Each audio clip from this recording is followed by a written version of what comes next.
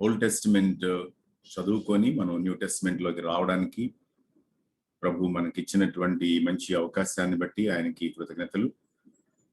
ఓపికగా మీరందరూ కూడా ఫాలో అవుతున్నారు. నేను మధ్య మధ్యలో వర్కుమార్ గారిని అడుగుతా ఉన్నాను, ఏమైనా సజెషన్స్ చెప్పండి, నేను మార్పులు చేర్పులు చేయవలసినటువంటివి ఏమైనా ఏరియాస్ ఉన్నాయా అని చెప్పి. ఆయన పర్లేదు, బాగానే నడుస్తుంది, మీరు వెళ్ళండి ఇట్లాగే అని అంటున్నారు. కానీ నాకు స్టిల్ ఏంటి అని అంటే, నేను ఈ విధమైనటువంటి కోర్స్ లాగా టీచ్ చేయడానికి నాకు ఇంతకుముందు అలవాటు లేదు. ఏదో ఒక టాపిక్ తీసుకుని సెట్ ఆఫ్ ఇష్యూస్ తీసుకుని మాట్లాడడం అటువంటివి చేశాను. కానీ old testament survey, new testament survey అనేటువంటి ఒక కోర్స్ లాగా టీచ్ చేయలేదు నేను. అందుకని plus it's a heterogeneous group. నేను ఇంతకుముందు ఎదుర్కొన్నటువంటి సహోదరులు సహోదరులు ఉన్నారు ఈ గ్రూప్ లో. సో ఏ ఇష్యూస్ మాట్లాడితే ఎట్లా మాట్లాడితే ఎలా ఉంటుంది అనేటువంటిది తెలియకుండా ఒక బ్లైండ్ డేట్ లాగా సాగిపోతుంది అనమాట. అందుకని మీకు కూడా నా వినతి, మై రిక్వెస్ట్ ఏంటి అని అంటే, kindly let me know your observations, మీ కామెంట్స్, మీ క్వశ్చన్స్, మీ సజెషన్స్ ఎట్లా ఉంటే బాగుంటుంది అనేది చెప్పినట్లయితే దానికి తగినట్లుగా చేస్తాను నేను. I think I have another 6 sessions including this. ఈ 6 సెషన్స్ లోనూ ఎన్టీ సర్వే కంప్లీట్ చేయాలి అనేటువంటిది నేను ఆశపడుతున్నాను. ఇవాళ అచ్చంగా సువార్తల గురించి మాట్లాడతాను, మండే అపొస్తలుల కార్యాల గురించి మాట్లాడతాను, ఒకరోజు పాలిన్ థాట్ మాట్లాడతాను, ఇంకొక రోజు జోహనైన్ థాట్ మాట్లాడతాను, ఒకరోజు అదర్ ఎపిజిల్స్ మాట్లాడతాను, కంక్లూషన్. ఇది నా ప్రస్తుతం ఉన్నటువంటి ప్రణాళిక. సో దయచేసి ప్రార్థన చేయండి. ఇవాళ నాకు నా మైండ్ అండ్ బాడీ రెండు కూడా బాగా ఇబ్బంది పెట్టినాయి నన్ను. ఒక రకమైనటువంటి నిట్టూరుస్తా ఉన్నాను పగలంతా. చివరికి నాకే చిరాకు వచ్చి నా వైఫ్ని అడిగాను, ప్లీజ్ ప్రే ఫర్ మీ అని చెప్పి. తను మాటలు ప్రేయర్ చేసింది నా గురించి. కొద్దిసేపు పాటలు విన్నాను, కొద్దిసేపు పాడాను. సో నా కండిషన్ అలా ఉంది. దయచేసి మీరు ప్రార్థన చేస్తా ఉండండి. సడన్ బౌట్స్ ఆఫ్ వీక్నెస్ అన్నమాట, ఆ డిస్టర్బెన్స్ ఎట్లాంటిది వస్తుంది. సో వీటి నుంచి బయటపడి నేను ప్రభువు నాకు ఇచ్చినటువంటి ఈ సంతోషకరమైనటువంటి పనిలో నిమగ్నం కావాలి. అందుకోసం అడుగుతున్నాను. చాలా విషయాలు మాట్లాడాలి. 4 సువార్తల గురించి ఒక గంటన్నరలో మాట్లాడడం అనేటువంటిది కరెక్ట్ కాదు. బట్ స్టిల్ మనకున్నటువంటి సిలబస్ రూపేణ మనం మాట్లాడుతున్నాం కొన్ని థింగ్స్. దానితోటి మీరు ఆల్రెడీ ఈ వాక్యానికి అంతటికి అలవాటు పడినటువంటి వాళ్ళు, ప్రత్యేకంగా మీకు కొత్తగా చెప్పాల్సినటువంటి విషయాలు తక్కువ ఉంటాయి.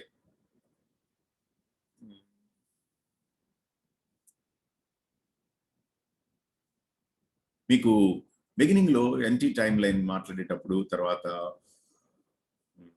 ఇంటర్ టెస్టిమెంటల్ పీరియడ్ మాట్లాడేటప్పుడు అక్కడ ఉన్నటువంటి రాజకీయ పరిస్థితులు, ఆ తర్వాత అక్కడ ఉన్నటువంటి ఆయా రకాల గ్రూప్స్, వీటన్నిటి గురించి మాట్లాడాను. మరి మీకు అందరికీ అవి గుర్తున్నాయి అనే అనుకుంటున్నాను నేను. ఎందుకోసమనంటే ఇది రైట్ కాంటెక్స్ట్. బహుశా ఇంకొక కోర్స్ ఏమైనా మాట్లాడితే ఈ టైంకి సరిగ్గా మధ్యలోకి ఇంటర్ టెస్టిమెంటల్ పీరియడ్ ని తీసుకొని వచ్చి how the whole world was prepared for the advent, ప్రభు యొక్క ఆగమనం కోసం అని చెప్పి ఈ భూమి యావత్తు ఏ విధంగా సిద్ధపరచబడింది అనేది మనం ఆలోచించవచ్చు. పండితులు ఏమంటారు అని అంటే, గ్రీకుల పరిపాలన ఫలితంగా ఏమి జరిగింది అని అంటే, వాళ్ళు సింగులారిటీ ఆఫ్ లాంగ్వేజ్ అది డెవలప్ అయింది, సింగులారిటీ ఆఫ్ కల్చర్ డెవలప్ అయింది. అంటే ఏకత్వం అనమాట, భాష విషయంలోను, తర్వాత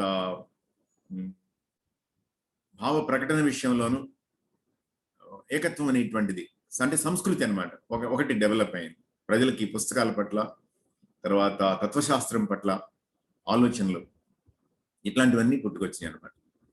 అయితే అలెగ్జాండర్ లాంటి వాడు కూడా మట్టిగార్చాల్సినటువంటి అవసరం ఉంది అనేటువంటిది వాళ్ళకి అర్థమైంది. ఇప్పుడు వచ్చినటువంటి వాళ్ళు ఎవరు అని అంటే, మాటలతో కాలం గడిపే వాళ్ళు కాకుండా చేతలు చేసి చూపించే వాళ్ళు అనమాట, రోమన్స్ అనమాట. వాళ్ళకు ఉన్నటువంటి డిఫరెన్సెస్ అనమాట ఇవన్నీ.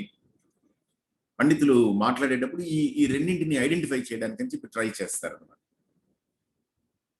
హీబ్రూస్ ఒక రకం, అంటే జూస్ అనమాట, యూదులు ఒక రకం ప్రజలు, రోమన్స్ ఒక రకం ప్రజలు, గ్రీకులు ఒక రకం ప్రజలు. గ్రీకులు ఒక విధంగా భూమి లేదా దేశాన్ని, జనాంగాల్ని సిద్ధపరిచారు అని అంటే రోమన్స్ వేరే విధంగా అనమాట. రోమన్స్ వేరే విధంగా ఏంటి అని అంటే it was all one single kingdom or empire, ఒకే ఒక్క సామ్రాజ్యం అనమాట. రెండు రకాల పౌరసత్వాలు. ఒక పౌరసత్వం ఏంటి అని అంటే రోమన్ పౌరసత్వం, లేకుంటే వేరే పౌరసత్వం, అంతవరకే. సో ప్రజలందరికీ ఆశ ఏంటి అని అంటే వాళ్ళు రోమన్ పౌరులు కావాలి అనేటువంటి కోరిక అనమాట. దానికోసం డబ్బులు పెట్టి కొనుక్కోవటం అట్లా. కొంతమంది బై బర్త్, ఎందుకంటే రోమన్ ఎంపైర్ లోనే పుట్టారు కాబట్టి బై బర్త్ అనమాట. సో ఈ విధమైనటువంటి కల్చర్. అయితే ఒకే సామ్రాజ్యం అవటం వలన కలిగినటువంటి మేలేంటి అని అంటే రోడ్లు వేయడం అనమాట. రోమన్స్ ఎక్కడికి వెళ్తే అక్కడికి రోడ్లు వేసేవాళ్ళు. రెండో విషయం ఏంటంటే ఒకే సామ్రాజ్యం కాబట్టి వాళ్ళకి సరిహద్దులు దాటడానికి పరిమితులు అవసరం లేకపోయింది. వాళ్ళు అంటే నో వీసా కల్చర్ అనమాట ఆ రోజుల్లో. They could easily cross into the other lands. ఎందుకని అంటే ఒకే ఒక్క చక్రవర్తి పరిపాలన చేస్తా ఉన్నాడు కాబట్టి. సో ఇవన్నీ ఏంటి అని అంటే ప్రిపరేషన్ ఫర్ ది అడ్వెంట్. దేనికి అడ్వెంట్ అంటే యేసుక్రీస్తు ప్రభువుకి అడ్వెంట్. దేనికి అడ్వెంట్ అంటే స్వార్థకి అడ్వెంట్. దేనికి అడ్వెంట్ అంటే మెస్సియా కోసం అడ్వెంట్. సో మనం మనుషుల్ని చూస్తూ ఉంటే కలుగుతూ ఉన్నటువంటి ఆయా రకాల సంబంధాలు అన్నమాట ఈ విషయాలన్నీ కూడా. సో మనకి ఈ కాలం గురించి ఇది మన మైండ్ లో పనిచేస్తా ఉన్నట్లయితే మనం దీన్ని అప్రిషియేట్ చేయడం, సువార్తల్ని అప్రిషియేట్ చేయడం అనేటువంటిది చాలా తేలిగ్గా జరుగుతుంది. 4 సువార్తల్లో ఒక సువార్త అన్నిటికంటే ముందుగా రాయబడింది, మార్కు సువార్త. నిజానికి మార్కుని మిగిలినటువంటి వాళ్ళు ఆధారంగా చేసుకుని రాసుకున్నారు అని అంటారు అనమాట. తర్వాత క్వెల్ అనే మాట కంటే కూడా క్యూ అనేటువంటి ఒక డాక్యుమెంట్ ఉంది. ఆ డాక్యుమెంట్ ని కూడా ఆధారంగా తీసుకుని యేసుక్రీస్తు ప్రభు పలికినటువంటి మాటలన్నీ దానిలో ఉన్నాయి కాబట్టి దాన్ని తీసుకుని దానిలో నుంచి వీళ్ళు కాపీ చేసుకున్నారు అనేటువంటి ఆలోచన ఒకటి అనమాట. సో మార్కు సువార్తని నిజానికి కొంతమంది ఏమంటారంటే పేతురు సువార్త అని అంటారు. ఎందుకంటే పేతురుకి మేనల్లుడు, పేతురుకి ఆయన సహాయకుడు, పేతురుకి ఆయన ఇంటర్ప్రిటర్, తర్జుమా చేసేవాడు, పేతురుతో కలిసి ట్రావెల్ చేశాడు అని అంటారు అనమాట. తర్వాత పౌలుకి చాలా సన్నిహితంగా బ్రతికినటువంటి వాడు, చివరి రోజుల్లో నాకు సహాయంగా ఉండడానికి పనికొచ్చేవాడు మార్కు అనేటువంటి పేరుని సంపాదించుకున్నవాడు అనమాట. బర్నబా సాహచర్యంలో పెరిగినటువంటి వాడు. సో అన్ని రకాల పరిస్థితుల్ని అవగాహన చేసుకున్నాడు. ఒక విధంగా చెప్పాలి అని అంటే కనుక who was the eye witness?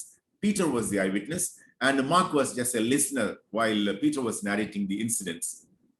So పేతురు గారు తాను తన కంటితోటి చూసినటువంటి విషయాలు కాబట్టి, తన చెవులతో విన్నటువంటి విషయాలు కాబట్టి ఆయన నారేట్ చేస్తూ ఉంటే ఇదిగో ఈ మేనల్డి కుర్రాడు వీటినన్నింటినీ కూడా రికార్డ్ చేశాడు అని అంటారు అనమాట. So the very first document అనమాట చెప్పుకోదగినటువంటి వాటిల్లో. తర్వాత ఇంకా మనకి అర్థం కావాల్సింది ఏంటి అని అంటే 4 సువార్థికులు అంటే ఎవాంజలిస్ట్ అనమాట. మనం గాస్పెల్ రైటర్స్ ని 4 సువార్థికులు. 4 సువార్థికుల్లో కూడా ఒక ఆయన మాత్రం బయట ఆయన అనమాట. ఇద్దరేమో ఐ విట్నెసెస్. మత్తయి ఐ విట్నెసే, 2 యోహాను ఐ విట్నెసే. అయితే మత్తయిని యోహాన్ని 1-4 గా ఏర్పాటు చేశారనమాట ఉన్నటువంటి ఆర్డర్లో. నిజంగా చెప్పాలి అని అంటే కనుక వాటి మధ్యలో ఉన్నటువంటి అంతరం కూడా అంతే. స్పెక్ట్రమ్ కి ఆ అండ్ ఈ అండ్ అని చెప్పుకోవాలన్నమాట ఈ 2 సువార్తల్ని కూడా. ఓకే, తర్వాత మత్తయి ఎవరు అని అంటే ఆషమాషి వాడు కాదు. అతను ట్యాక్స్ కలెక్టర్. కొంచెం చీప్ గా మాట్లాడాలి అంటే కనుక పబ్లికన్స్ అనమాట. వీళ్ళు గవర్నమెంట్ దగ్గర వీళ్ళు మాట్లాడుకుని లేకపోతే ఆక్షన్ పాడుకొని అక్కడ ట్యాక్స్ కలెక్ట్ చేసుకోవడం కోసం తెచ్చుకున్నటువంటి పర్మిషన్ ఉందన్నమాట వాళ్ళకి. ఆ పర్మిట్స్ ఉపయోగించుకొని వాళ్ళు ఏం చేసేవాళ్ళు అంటే గవర్నమెంట్ కట్టిన తర్వాత వీళ్ళు దోచుకోవడానికి ప్రయత్నం చేసేవాళ్ళు.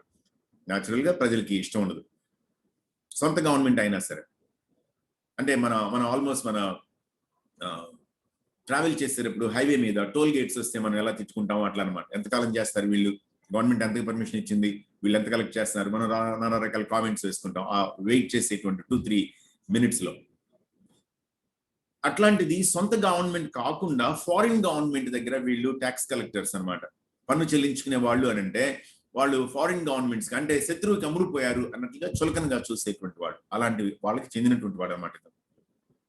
కానీ యూదుడు ట్యాక్స్ కలెక్టర్ అవడం వల్ల కలిగేటువంటి ప్రయోజనం ఏంటి అని అంటే రికార్డింగ్ ఎరిగినటువంటి వాడు అనమాట. యూదుడు అవటం వలన ఇంకొక ప్రయోజనం ఏంటి అని అంటే యూదులు దేనికోసం ఎదురు చూస్తున్నారో తెలిసినటువంటి వాడు. ఒక రకం అనమాట. సో తర్వాత ఈ 4 సువార్తల్లోని 2 భాగాలుగా ఏం చెప్పుకుంటామంటే 1, 2, 3 మత్తయి, మార్కు, లూకాని సినాప్టిక్స్ అని అంటాం అనమాట. సినాప్టిక్స్ అని అంటే ఏంటి అని అంటే సిమిలర్ వ్యూ లేదా కలెక్టివ్ వ్యూ, 3 కలిసి ఒకే విషయాన్ని భిన్న కోణాల్లో ప్రదర్శించటం అనమాట. అంతవరకే. సో అందుకని ఏం జరుగుతుంది అని అంటే అక్కడక్కడ ఆయా ప్రదేశాల్లో కొంచెం తేడాలు ఉంటాయి.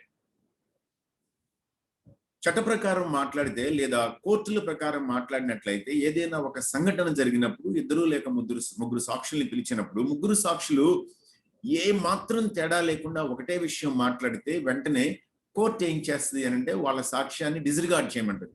ఎందుకు అనంటే 3 వ్యక్తుల మధ్యలో ఒక విషయాన్ని గురించినటువంటి ప్రకటనలో లేదా రిపోర్టింగ్ లో తేడాలు లేకుండా మొత్తం ఒకటే విధంగా ఉంది అని అంటే వీళ్ళు బయట కూడబలుకుని ఏం చెప్పాలో చెప్పడానికి నిర్ణయించుకుని ముందుగానే ఇక్కడికి వచ్చారు అని చెప్పి.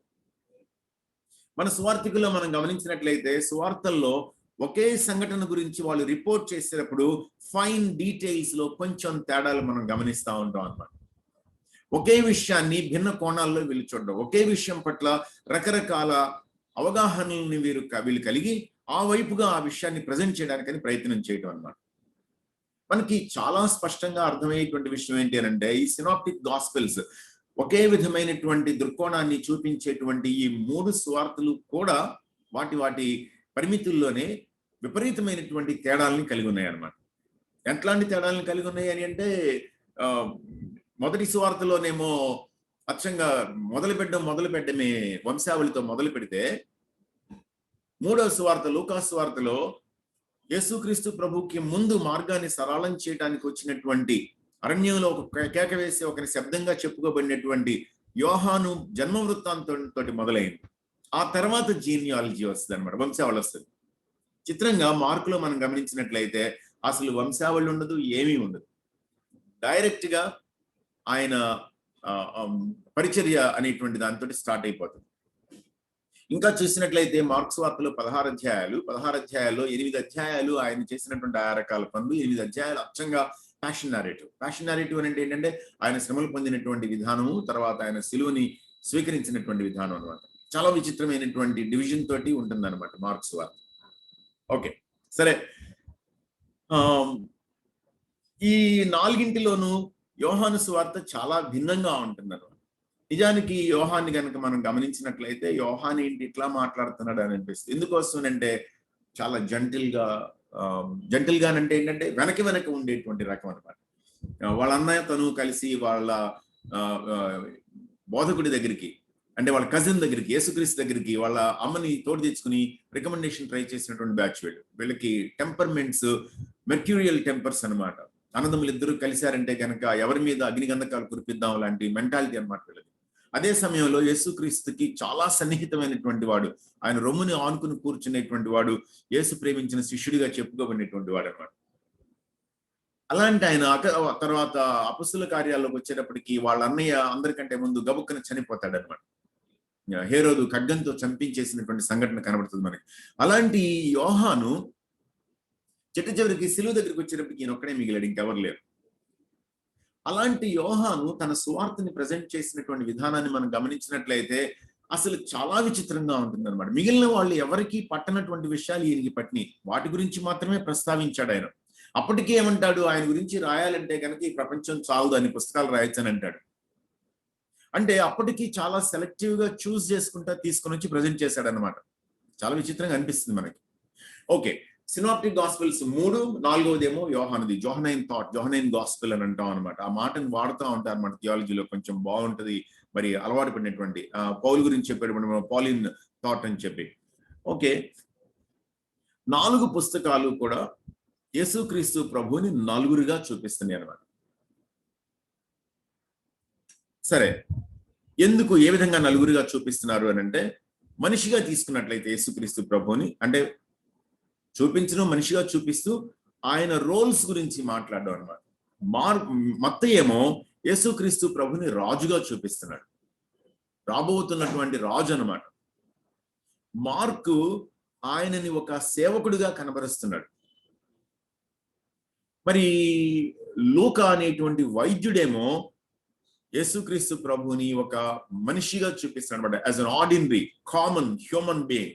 అయితే అట్ ద సేమ్ టైం ఎలా ప్రజెంట్ చేస్తున్నాడంటే పర్ఫెక్ట్ మ్యాన్ అని ప్రజెంట్ చేస్తాడు అనమాట. యోహాను వీటన్నిటికీ భిన్నంగా యేసుక్రీస్తుని దేవుడు అంటాడనమాట. ఎందుకు వీళ్ళు ఈ విధమైనటువంటి భిన్నమైనటువంటి విషయాల్ని మాట్లాడాల్సి వచ్చింది అంటే, మత్తయి రాసింది ఎవరి కోసం రాశాడు అనంటే యూదుల కోసం రాశాడు. కాబట్టి ఆయనకున్నటువంటి కోరిక ఏంటి అనంటే, మలాకీ తర్వాత ఇక ఏ విధంగానూ ఎట్లాంటి ప్రవచనం లేని సమయంలో మలాకీ వరకు వాళ్ళు ఎవరి గురించి ప్రవచించారో అదుగో ఆయనే ఈయన అని చూపించడం కోసం అని చెప్పి, ఎవరు ఆ విధంగా ఎదురు చూస్తున్నారో వాళ్ళకి చెప్పడం కోసం అనమాట. అందుకని ఒక ఆయన ఏమంటాడంటే, a Jew writing about a Jew for the Jews అని అంటాడు అనమాట. ఒక యూదుని గురించి యూదుల కోసం రాసినటువంటి సువార్త అని అంటాడు అనమాట. అందుకే ఈ పుస్తకంలో మత్తయికి ఉన్నటువంటి ఒకే ఒక్క ఫోకస్ ఏంటి అనంటే, యేసుక్రీస్తు ప్రభుని రాజుగా మెస్సియాగా కనబరచాలి. అలా అని చెప్పి మిగిలినటువంటి ఆస్పెక్ట్స్ కి ఏమైనా నష్టం చేస్తున్నాడా లేకపోతే బైపాస్ చేస్తున్నాడా అంటే కనుక చేయడం లేదు. క్షమించండి.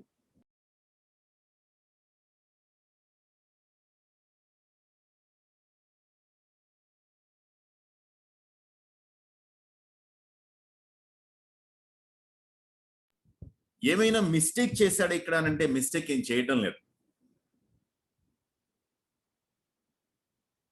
తనకున్నటువంటి ఫోకస్ ఏంటి అనంటే, ఆ ఫోకస్ మిస్ అవ్వకుండా యేసుక్రీస్తు ప్రభుని రాజుగా కనబరుస్తూనే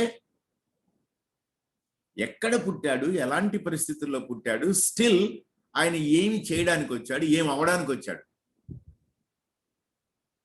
అందుకే మీరు గమనించినట్లయితే కింగ్డమ్ ఆఫ్ గాడ్, దేవుని రాజ్యము, కింగ్డమ్ ఆఫ్ హెవెన్, పరలోక రాజ్యం, ఆ ప్రస్తావన మరలా మాట్లాడతాడన్నమాట.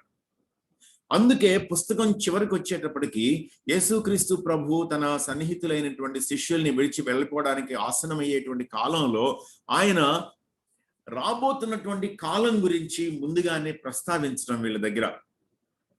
అందుకనే పరలోక రాజ్యాన్ని గురించినటువంటి ఉపమానాలతో వీళ్ళని హెచ్చరించి మాట్లాడడం. దేని గురించి మాట్లాడుతున్నాడు అని అంటే, యూదులకి రాబోతున్నటువంటి మెస్సియా ఈయనే అర్థం చేసుకోండి. దానికోసం ఏం చేశాడు ఆయన? పాత నిబంధనలో నుండి విపరీతంగా కొటేషన్స్ తెచ్చుకున్నాడు అనమాట. ఎలాంటి కొటేషన్స్ తెచ్చాడు, ఎందుకు తెచ్చాడు అని అంటే, తెచ్చిన ప్రతి చోట కూడా ఆయన వాడినటువంటి వాక్యాలు ఏదో ఒక విషయాన్ని నిరూపించడానికి, నిర్ధారణ చేయడానికే వాడాడు. దానికి భిన్నంగా వెళ్ళకున్నానమాట. అంటే ఏంటంటే, మత్తయి ఏం చేస్తున్నాడంటే తన యొక్క ఆర్గ్యుమెంట్ ని పర్పస్ఫుల్ గా డెవలప్ చేస్తున్నాడు. తనకున్నటువంటి మెటీరియల్ ని, ఆ మెటీరియల్ క్యూ నుంచి తెచ్చుకున్నాడో లేకపోతే గనక ఈ మార్కు నుంచి తెచ్చుకున్నాడో మనకి తెలియదు. కానీ కొంతమంది ఏమంటారు అని అంటే, ఆ క్యూ అనేటువంటిది నిజానికి క్యూ అంటే ఏంటంటే క్వెల్, ఒక లేఖను, ఒక చుట్ట అనమాట. ఎవరు దేని గురించి అంటే, యేసుక్రీస్తు ప్రభు యొక్క బోధనలన్నీ కూడా, ఆయన సేయింగ్స్ అన్ని కూడా కలెక్ట్ చేయబడినటువంటి డాక్యుమెంట్ అది. దానిలో హిస్టరీ ఏమి ఉండదు, చరిత్ర ఏమి ఉండదు, ముందు వెనకల గురించి ఏమి ఉండదు. అచ్చంగా ఆయన మాటలు మాత్రమే దానిలో రికార్డ్ చేయబడి, అవి ఆయన మాటలే కాబట్టి కంపైల్ చేసింది తనైనా సరే దానికి ఆయన తన పేరు పెట్టుకోలేదు అని అంటారనమాట. అది ఎంతవరకు నిజమో తెలియదు. ఇవన్నీ కూడా ఏంటంటే ట్రెడిషన్ కానీ లేకపోతే స్కాలర్స్ ఉన్నటువంటి రచనా శైలిని లేకుంటే వెర్బాటిమ్ టెక్స్ట్ ఏ విధంగా వీళ్ళు వాడుకున్నారు అనేటువంటి విషయాల్ని గమనించి దానికి తగినట్లుగా వాళ్ళు ఆలోచించడం అనమాట. ఓకే, బాగుంది. మత్తయి మార్కు సువార్తలోకి వచ్చేటప్పటికి ఈయన ఎవరి గురించి రాస్తున్నాడు, ఎవరి కోసం రాస్తున్నాడు అని అంటే, ఈయన అచ్చంగా రోమియోల కోసం రాస్తున్నాడు. చెప్పానుగా, Romans they were not men of words, they were men of deeds, action అనమాట. వాళ్ళకి ఎంతసేపు అంటే పవర్ఫుల్ ఆరేటర్స్ ఉండేవాళ్ళు. వాళ్ళకి రెటరిక్, లాజిక్, ఆరిటరీ, పబ్లిక్ స్పీకింగ్ ఇటువంటివన్నీ కూడా వాళ్ళకి గ్రేట్ స్కిల్స్, వాళ్ళు అడ్మైర్ చేసిన స్కిల్స్, వాళ్ళు ప్రాక్టీస్ చేసిన స్కిల్స్. కానీ వాటికంటే అధికంగా వాళ్ళు ఎవరిని ఆరాధించేవాళ్ళు అని అంటే, మంచి బలశౌర్యాలు కనబరిచేటువంటి వ్యక్తిని ఆరాధించేవాళ్ళు అనమాట వాళ్ళు. అదే సమయంలో వాళ్ళకి యాక్షన్ అనమాట. ఎంతసేపు ఈ పని నుండి ఆ పనికి, ఆ పని నుండి ఆ పనికి, ఆ పని నుండి ఆ పనికి. అందుకే మీరు గమనించినట్లయితే మార్కు సువార్త 1వ అధ్యాయంలో వెంటనే వెంటనే వెంటనే అని అంటది అనమాట. డిస్కోర్సెస్, సంవాదాలు ఏముండవు అక్కడ, సంఘటనలు ఏముంటాయి అనమాట. కొంతమంది ఏమంటారు అని అంటే 33% of the gospel, marks gospel is packed with miracles. ఆయా రకాల అద్భుత కార్యాలతోటి 1/3 భాగం మార్కు సువార్తలో నిండిపోయింది అని అంటారు. అంటే ఏంటనంటే ఆయన ఎంతసేపు ఏం పనులు చేసుకుంటా వచ్చాడు. అదే సమయంలో ఆయన ఎవరిగా చూపిస్తున్నాడు అని అంటే ఎవరికి ఏ అవసరంలో ఉంటే వాళ్ళ అవసరం తీర్చేటువంటి సేవకుడు, అటెండ్ అయ్యేటువంటి సేవకుడు. ఒక ఆయన ఏమంటాడంటే అందుకే మార్కు తన సువార్తలో వంశావళులు ప్రస్తావించలేదు. ఎందుకనంటే రోమియులకి హీరోస్ కావాలి. హీరో కాకుండా సర్వెంట్ అయితే గనక అతని వంశావళి ఎవరికి కావాలి? రోమన్ కల్చర్ లో మనకు తెలుసు, రోమన్ కల్చర్ లో స్లేవరీ అనేటువంటిది చాలా పాపులర్ అండ్ పవర్ఫుల్ అన్నమాట. వాళ్ళ హిస్టరీలో స్లేవ్స్ కలిసి తిరుగుబాటు చేసినటువంటి సంఘటనలు కూడా ఉన్నాయి రోమన్ చరిత్రలో. స్లేవ్స్ ని వాళ్ళు ఇంకా దేనికోసం వాడుకునే వాళ్ళంటే వాళ్ళ వినోదం కోసం కొలీషియంలో పెద్ద పెద్ద స్టేడియంలు కట్టి ఆ స్టేడియంలో వాళ్ళని గ్లాడియేటర్స్ గా వాడుకునే వాళ్ళు అనమాట. అంటే ఒకరికొకరు ఎదురు బదురు కలబడి కొట్టుకుని ఎవరు బ్రతికితే వాళ్ళు విజేతగా నిర్ణయించడం అనమాట. అంటే వాళ్ళ దృష్టిలో మనుషులు సేవకులైతే గనక, స్లేవ్స్ అయితే గనక వాళ్ళకి అంతకు మించి లేదు. అలాంటి ఒక సేవకుణ్ణి ప్రజెంట్ చేసేటప్పుడు వాళ్ళకి యాక్షనే కావాలి కానీ ఏ విధంగానూ మిగిలింది అక్కర్లేదు. అందుకే ఆయన చివరికి వచ్చేటప్పటికి ఆ ప్యాషన్ నారేటివ్, ఆయన ఎలా శ్రమపడ్డాడు, శ్రమపడి ఆయన ఎలా తిరిగి లేచాడు, అంటే అన్నింటినీ జయించాడు, అందరి యొక్క నీడ్ ని ఆయన మీట్ అయ్యాడు. అదనమాట దానిలో ఉన్నటువంటి విషయం చూపించడం. ఓకే, సరే. మూడవది మన ప్రియ వైద్యుడు అయినటువంటి లోకా గారు అనమాట. రాయల్స్ తోటి పెరిగాడు, రాయల్ ఫ్యామిలీ తోటి, అంటే రాయల్ ఫ్యామిలీ మెంబర్స్ తోటి పెరిగాడు అనమాట. థియోఫిలస్ అచ్చమైనటువంటి గ్రీక్ రూట్స్ అనమాట అవి. థియో అంటే గాడ్ అని, ఫిలే అని అంటే లవ్ అని చెప్పి థియోఫిలస్ కి ఘనత వహించిన థియోఫిలా అని అంటే మోస్ట్ ఎక్సలెంట్ థియోఫిలస్ అని చెప్పి తాను ఎవరితోటి పెరిగాడో ఆయనకి కూలంకషంగా పరిశీలించి అన్నింటినీ కూడా ఆర్గనైజ్ చేసుకుని దాన్ని రికార్డ్ చేసి ఆయనకి పంపిస్తున్నాడు అనమాట. మిగిలిన వాళ్ళు చాలా మంది రాశారు కానీ నేను రాస్తుంది ఇంకొంచెం రీసెర్చ్ చేసి నీ కోసం ప్రజెంట్ చేస్తున్నాను. ఈయన ఎవరి కోసం రాస్తున్నాడు అని అంటే గ్రీకుల కోసం రాస్తున్నాడు. ఆ గ్రీక్ బ్యాక్గ్రౌండ్ ఉన్న వాళ్ళ కోసం రాస్తున్నాడు అనమాట. ఈ గ్రీక్స్ కి ఉన్నటువంటి కల్చర్ ఎట్లాంటిది అని అంటే అక్కడ 2 వర్గాలు అనమాట. వాళ్ళ మిథాలజీ కావచ్చు, వాళ్ళ లెజెండ్స్ కావచ్చు, వాళ్ళకు ఉన్నటువంటి లిటరేచర్ లో వాళ్ళు ఎంతసేపు ఏం చేస్తారు అని అంటే దేవతలు దేవుళ్ళు ఒకవైపు, అత్యున్నతమైనటువంటి స్థాయికి ఎదిగినటువంటి మానవులేమో ఇంకొక వైపు అనమాట. అది అక్కడ ఉన్నటువంటి డిఫరెన్స్. వీళ్ళు అత్యున్నతమైన స్థాయికి ఎదిగిన మానవులు అని అంటే కనుక వీళ్ళ ఉద్దేశంలో ఎవరు వీళ్ళు అని అంటే వీళ్ళు ఆ దేవతలతోటి తలపడదగిన వాళ్ళు అనమాట. ఆ దేవతలకి మీతో పాటు మేము కూడా పోటీ పడగలము, నిజానికి మాకు మీ అవసరం కంటే మీకే మా అవసరం ఉంది అని చెప్పగలిగినట్లుగా మానవుల్ని చూడడం, తీర్చిదిద్దడం వాళ్ళకి కోరిక అనమాట. ఫిలాసఫీ సోఫియా పట్ల ఫిలే అనమాట. అంటే జ్ఞానం పట్ల ప్రేమ, తత్వాన్ని గురించి, తత్వశాస్త్రాన్ని ఒక పెద్ద సైన్స్ గా డెవలప్ చేసింది వీళ్ళే. ఆ విధంగా చెప్పాలి అని అంటే కనుక, అంటే ఈస్టర్న్ కంట్రీస్ లో, ఇండియాలో ఫిలాసఫీ లేదనంటే ఉంది. మనం మాట్లాడుతున్నటువంటి కాంటెక్స్ట్ దగ్గర నేను మాట్లాడుతా ఉన్నాను అనమాట. అందుకనే అలెగ్జాండర్ కూడా భారతదేశపు సరిహద్దుల వరకు విధ్వంసం చేసుకుంటా వచ్చి భారతదేశపు సరిహద్దుల నుంచి వెనక్కి వెళ్ళేటప్పుడు ఏం పట్టుకెళ్ళాడు అని అంటే గ్రంథాలు పట్టుకెళ్ళాడు, ప్రొఫెసర్స్ ని, స్కాలర్స్ ని పట్టుకుని వెళ్ళాడు అనమాట. వాళ్ళ ఫోకస్ అనమాట అది. ఇంకా ఈ లైఫ్ లో మనం ఇంకా అట్లా పైకి వెళ్ళగలం అనేటువంటిది అనమాట. సో అలాంటి గ్రీకులను ఉద్దేశించి రాస్తున్నాడు అనమాట. ఇలాంటి వాళ్ళకి రాసేటప్పుడు man at a perfect level, పరిపూర్ణమైనటువంటి స్థితిలో మానవుడు ఎలా ఉండగలడు అన్నది మాట్లాడుతున్నాడు. అందుకే ఆయన జీనియాలజీ, వంశావళిని గురించి మాట్లాడేటప్పుడు వాళ్ళు ఎవరు ఏ విధంగానూ కూడా అబ్రహాము దగ్గర ఆగిపోవడానికి కుదరదు. ఎందుకని అబ్రహాము చెందినటువంటి వాడు అని అంటే అదిగో ఆ యూదులకి మాత్రమే, కానీ మిగిలిన వాళ్ళకు కూడా చెందిన వాడై ఉండాలిగా. అందుకు ఏం చేశాడు అని అంటే పరిధిని ఇంకా ముందుకు తీసుకుని వెళ్ళి చూస్తాం అన్నమాట. ఓకే, బాగుంది. నాలుగవదిగా మనం యోహాన్ దగ్గరికి వచ్చి చూడాలి అని అంటే, యోహాన్ ఎవరి గురించి రాస్తున్నాడు అని అంటే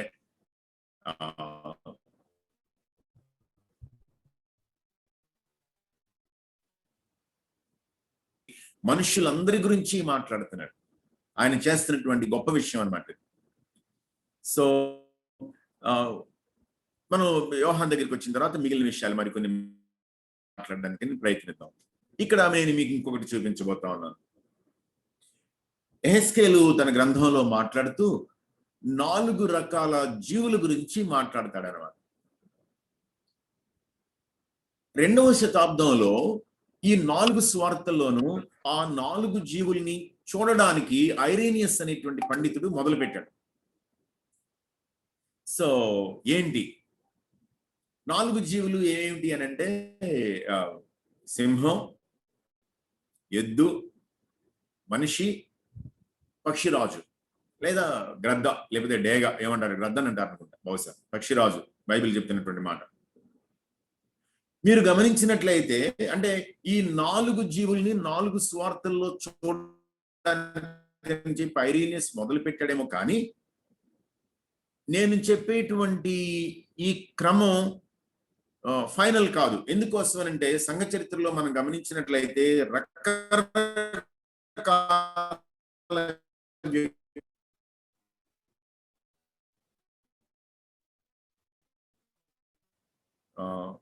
సారీలో మాట్లాడుతా ఉంది. బహుశా దానివల్ల ఉండొచ్చు. ఇంకొక 5-10 minutes లో తన పాయింట్ ప్రోగ్రామ్ కూడా క్లియర్ అయిపోతుంది. Hope it will be okay then. So ఈ ఐరేనియస్ చెప్పినటువంటి మాదిరే ఫైనల్ మాదిరి కాదు. ఎందుకోసమంటే రకరకాల సంఘ పెద్దలు, పితరులు ఈ 4 జీవుల్ని కూడా అటు ఇటు మార్చేసి చూడడానికి అని చెప్పి ప్రయత్నం చేశారు. అయితే ఒక మాదిరి ఏంటి అని అంటే, మత్తయి రాజుగా చూపించాడు కాబట్టి మత్తయి సువార్తలో సింహంగా కనబడుతున్నాడు యేసుక్రీస్తు ప్రభు అని చెప్పి, మార్కు సువార్తలో ఆయన సేవకుడిగా కనపరిచాడు కాబట్టి ఆ సువార్తలో యేసుక్రీస్తు ప్రభు ఎద్దుగా, అంటే పని చేసేటువంటి సేవకుడి రూపంలో ఉన్నటువంటి ఎద్దుగా కనబడుతున్నాడని, లూకా సువార్తలో ఈయన్ని మనిషిగా చూపించాడు కాబట్టి లూకా గారు ఆ సువార్తలో యేసుక్రీస్తు ప్రభువు పరిపూర్ణమైనటువంటి మనిషిగా, అంటే జ్ఞానం కలిగి గుణశీలం కలిగినటువంటి మనిషిగా చూపించారని చెప్పి చెప్తారన్నమాట.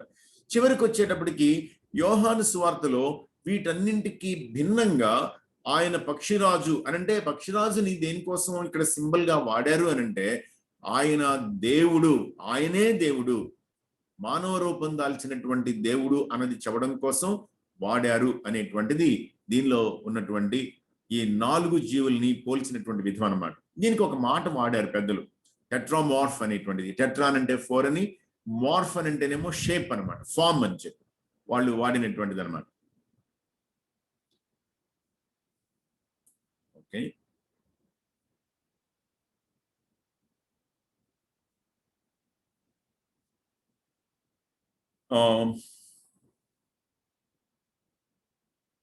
యోహాను సువార్త దగ్గరికి తీసుకుని వస్తున్నాను నేను మిమ్మల్ని. యోహాను సువార్తను ఏమంటారు అని అంటే 2వ ఆదికాండం అని అంటారు. ఎందుకోసం అంటే బిగినింగ్ ఆఫ్ ద బుక్స్, ఆది యందు దేవుడు భూమి ఆకాశములను సృజించెను అనేటువంటి మాట మనం ఆదికాండంలో ఎలా చూస్తామో, యోహాను సువార్తలో మొదటి మాట కూడా అదే. ఏముంది అని అంటే ఆది యందు, ఇన్ ద బిగినింగ్. ఇంకా మీరు గమనించినట్లయితే మనకి ఈ 4 పుస్తకాల యొక్క షేప్ బిగినింగ్ లోనే మనకు అర్థమైపోతుంది అనమాట. మరి ముఖ్యంగా యోహాను సువార్తలో అర్థమవుతుంది. మీరు మొట్టమొదటి 18 వచనాలు యోహాను సువార్తలో చూసినట్లయితే, ఈ 18 వచనాల్లో యేసుక్రీస్తు ప్రభువుని గురించినటువంటి మొత్తం డాక్టరీని ఈయన ఇక్కడ ప్రజెంట్ చేసేసాడు. మీరు గమనించినట్లయితే మీకు ఆ విషయం అర్థం అవుతుంది. ఆయన ఇటర్నల్ అనేటువంటిది, ఇటర్నలీ కోఎగ్జిస్టెంట్ అనేటువంటిది మొదటి 2 వచనాల్లో మనకి అర్థమైపోతుంది. ఆయన క్రియేటర్ గాడ్ అనేటువంటిది అర్థమైపోతుంది. ఆయన సోర్స్ ఆఫ్ లైఫ్, ఆయనే లైఫ్ అనేటువంటిది అర్థమైపోతుంది. లైఫ్ కి లైట్ కి ఉన్న రిలేషన్ అర్థమైపోతుంది. లైట్ అండ్ డార్క్నెస్ అనేటువంటివి సపరేట్ గా ఉన్నాయి అనేటువంటిది అర్థమైపోతుంది అనమాట. ఈయన బిగినింగ్ ఆఫ్ ఎవ్రీథింగ్ అనేటువంటిది అర్థమైపోతుంది. ఆ తర్వాత ఈయన ఎక్కడో దూరంగా కూర్చోకుండా ఆయన లోకంలోనికి వచ్చాడు అనేటువంటిది చూపిస్తాడు. వచ్చి ప్రతి మనిషికి ఈయనే వెలుగు, ఈయనే జీవం ఇస్తున్నాడు అనేటువంటిది మనకు అర్థం అవుతుంది. అంతేకాకుండా at the same time he was not accepted, he was not received, and he was not given due recognition. అక్నాలజీ చేయలేదు. ఆయన దగ్గరికి వచ్చి, ఆయన వాళ్ళ దగ్గరికి వచ్చాడు. లోకం ఆయన మూలంగా కలిగిను, లోకం ఆయన తెలుసుకోలేదు. స్వకీయుల యొద్దకు వచ్చును, స్వకీయులు ఆయన అంగీకరింపలేదు. కంటే పైన వెలుగు చీకటిలో ప్రకాశించినది, చీకటి దాన్ని గ్రహించలేదు. అంటే లైఫ్ అనేటువంటిది ఎట్లా ఉందో, లైట్ అనేటువంటిది ఎట్లా ఉందో, ఆయన దిగి రావటం అనేది ఎట్లా ఉందో, అదే ఈక్వల్ మెజర్స్ లో రిజెక్షన్ అన్నమాట. అంటే నీడ్ ఉందా లేదా వీళ్ళకి అని అంటే నీడ్ ఉంది. ఆయన ఆ నీడ్ ని మీట్ అవడానికి వచ్చాడు, కానీ వాళ్ళు ఆయన్ని యాక్సెప్ట్ చేయాల, ఆయన తెలుసుకోవాలా.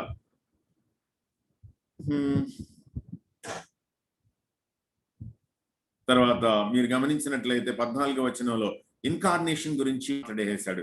ఆ తర్వాత 17వ వచనాన్ని 14వ వచనాన్ని మీరు గమనించినట్లయితే the first law giver and the second life giver అన్నమాట. ఆ రెండింటికి ఉన్నటువంటి వ్యత్యాసం ఏంటి? అక్కడ ధర్మశాస్త్రము, ఇక్కడేమో కృపాసత్య సంపూర్ణత.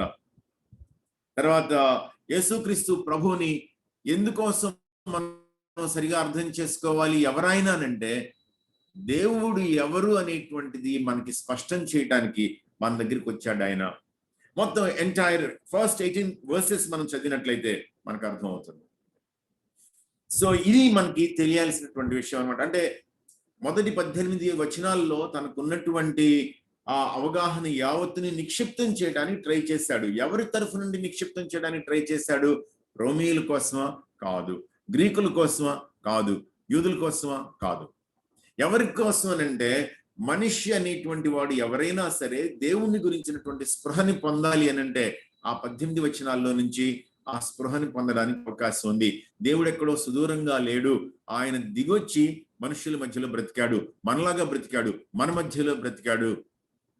దేవుడు ఎవరో తెలుసుకోవాలి అని అంటే యేసుక్రీస్తుని తెలుసుకుంటే సరిపోతుంది. దేవుడు పిల్లలవడానికి మనకున్న ఒకే ఒక్క మార్గం ఏంటి అని అంటే యేసుక్రీస్తు ప్రభు ద్వారా తప్ప వేరే లేదు. మొత్తం చెప్పేసాడు దానిలో. మొత్తం అంటే మొత్తం చెప్పేసాడు.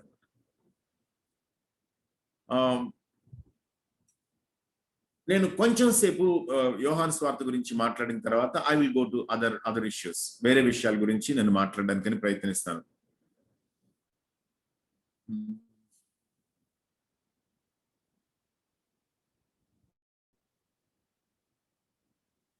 ఈ యోహాను సువార్త మొత్తాన్ని మనం గమనించినట్లయితే,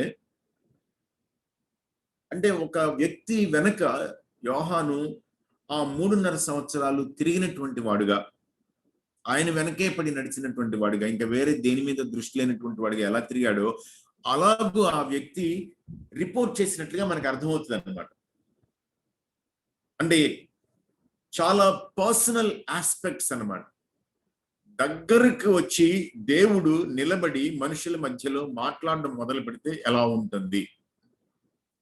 మీరు గమనించినట్లయితే ఒక 7 సూచక క్రియలు, ఒక 7 నేను అని చెప్పి, నేనేమై ఉన్నానంటే అని ఆయన చెప్పినటువంటి విషయాలు. యోహాను సువార్త యావత్తు ఇందులోనే అన్నమాట. ఇంతే, ఇంకా వేరే ఏం కనబడదు మనకి. నీళ్ళని ద్రాక్షారసం చేయడం కావచ్చు, లేకపోతే గనక ఒక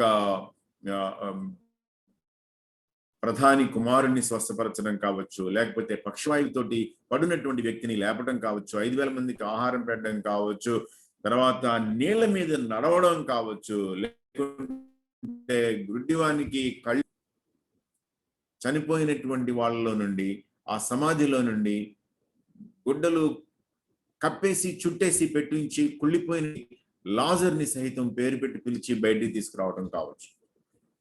మనకి ఇది చాలా స్పష్టంగా అర్థమైపోద్ది. అంటే ఏం చేయడానికి, ఎస్టాబ్లిష్ చేయడానికి ట్రై చేస్తున్నాడు అని అంటే, ఆయన మనుషుల మధ్యలో శరీరధారిగా తిరిగాడే కానీ ఆయన నిజానికి ఎవరు అని అంటే దేవుడు. ఈ భూమి మీదకి ఎందుకు వచ్చాడు అని అంటే తన ఆధిపత్యాన్ని ప్రదర్శించడమే కాకుండా నీ అవసరానికి నేను సరిపోతాను అనేటువంటిది స్పష్టం చేయడానికి వచ్చాడు. ప్రజలు దాన్ని స్వీకరించారా? స్వీకరించలేదు. విడిచిపెట్టేశాడా? విడిచిపెట్టలేదు. ఆయన తన సూచక క్రియల ద్వారా చెప్పిందే కాకుండా తన నోటి మాటగా ఐ యామ్ అని అంటాడు అనమాట. నేను అని అంటాడు అనమాట. అబ్రహాముకు మునిపే నేనున్నాను అని అనేటప్పటికీ వాళ్ళు ఆయన మీదకి రాళ్లు రువ్వడానికి, ఎత్తడానికి ట్రై చేశారు. తర్వాత లేఖనాల్లో నిత్యజీవం ఉందని చెప్పి మీరు తలంచి వాటిని వెతుకుతున్నారు, అవి నా గురించే సాక్ష్యం చెప్తున్నాయి. ఇట్లాంటి బోల్డ్ క్లెయిమ్స్ ఎక్కడ ఉంటాయి అని అంటే యోహాను సువార్తలో మాత్రమే మనకు కనబడతాయి అన్నమాట. ఎవరితో మాట్లాడుతున్నాడు అని అంటే అక్కడికి వచ్చినటువంటి యూదులతో మాత్రమే కాకుండా అక్కడికి వచ్చినటువంటి ఆయా రకాల ప్రజలందరికీ అప్లై అయ్యేటువంటి వర్డ్స్ అనమాట. ఇవన్నీ కూడా ఫోకస్డ్ గా వాళ్ళతో మాట్లాడుతున్నట్లుగా అనిపిస్తుంది. కానీ నేనే జీవాహారాన్ని అని అన్నాడు, నేను వెలుగుని అని అన్నాడు, నేను గొర్రెలు పోయేటువంటి ద్వారాన్ని అని అన్నాడు, నేను మంచి కాపరిని అని అన్నాడు, నేను పునరుత్థానాన్ని జీవాన్ని అని అన్నాడు, మార్గము సత్యం జీవం నేనే అని అన్నాడు, నేను ద్రాక్షావళిని అని అన్నాడు. ఎంత బలమైనటువంటి మాటలు అని అంటే ఇవన్నీ కూడా ఎక్కడా కూడా కాంప్రమైజ్ అయినటువంటి మాటలు కాదు. నేను బిగినింగ్ లో మాట్లాడినప్పుడు పొలిటికల్లీ కరెక్ట్ అనేటువంటి మాటను ఉపయోగించాను. అవతలి వ్యక్తి నొచ్చుకోకుండా ఉండడానికి ఉపయోగించేటువంటి మాటలు యేసుక్రీస్తు ప్రభు ఎక్కడా అలాంటి మాటలు మాట్లాడలేదు. మీరు అపవాది సంబంధులు, వాడు మీ తండ్రి, వాడు మొదటి నుండి ఇలాంటి వాడు, మీరు అలాంటి వాళ్ళే. మేము అబ్రహాము సంతానం అయితే గనక మీరు ఇలా చేస్తుండేవాళ్ళు కాదు, కాబట్టి మీరు వాడి సంతానం. ఎక్కడ మాటల్ని ఆయన మింగలేదు. వాళ్ళు నొచ్చుకుంటారేమో అనేటువంటి మాటలు భయపడిపోయి మాట్లాడలేదు ఆయన. అంటే ఆయన దైవత్వాన్ని ఆయన స్పష్టంగా కనబరచడం అనేటువంటిది మనకి అర్థం అవుతుంది అనమాట. సో అది మత్తయి సువార్త కావచ్చు, మార్కు సువార్త కావచ్చు, లూకా సువార్త కావచ్చు, ఈ సువార్త కావచ్చు, ఏ సువార్తలోనైనా సరే మనకి అర్థం అవుతున్నటువంటి విషయాలు అన్నమాట ఇవన్నీ. ఇక్కడ కొన్ని విషయాలను నేను ప్రస్తావిస్తాను. ఈ సువార్తలన్నింటిలోనూ మనకు అర్థం కావాల్సింది ఏంటంటే అసలు ఏంటి సువార్త? సువార్త అంటే ఏంటి? ఎక్కడో ఒక చోట సువార్త గురించి మీ డెఫినేషన్ ఏంటి అని అడిగితే పాపం సువార్త అని చెప్పాను నేను. మళ్ళీ కంగారు పడకుండా ఉండడం కోసం నేను కొంచెం ఎక్స్ప్లెయిన్ చేయాల్సి వచ్చింది. పాపం సువార్త ఏంటి అంటే అర్థం ఏంటి అని అంటే నాకు బైబిల్ లేకపోయినట్లయితే పాపం అనేటువంటిది కాదు. అందుకేగా యోహాను సువార్తలో పరిశుద్ధాత్మ దేవుడు రాబోతున్నాడు, ఆయన వచ్చి ఏం చేస్తాడు? లోకాన్ని ఒప్పింప చేస్తాడు, పాపాన్ని గురించి తీర్పుని గురించి ఒప్పింప చేస్తాడంట ఆయన. అంటే ఏం జరుగుతుంది అని అంటే నాకు పాపం అనేది అర్థం కావటానికి, నేను పాపిని అనేది నాకు తెలియడానికి నాకు సువార్త సాయం చేస్తుంది. నేను రోగిని అని నాకు అర్థం కావడానికి నాకు సువార్త, అదే సువార్త అనమాట. Something wrong with my mind today అని అన్నాను నేను, something wrong with my body today అని అన్నాను నేను. ఎందుకో తెలియదు, ఏంటో తెలియదు. డాక్టర్ అయితే కనుక చూసి ఏమంటాడు అని అంటే ఇదిగో ఇది నీ ప్రాబ్లం అని అంటాడు, నా ప్రాబ్లం ఐడెంటిఫై చేస్తాడు. అదే సువార్త. మనకి సువార్త అర్థం కావాలి అని అంటే పాపం అర్థం కాకుండా, పాపాన్ని ఐడెంటిఫై చేయకుండా, పాపినిగా నన్ను నేను గుర్తించకుండా నాకు సువార్త అనేటువంటిది ఏ విధంగానూ ఉపయోగపడదు.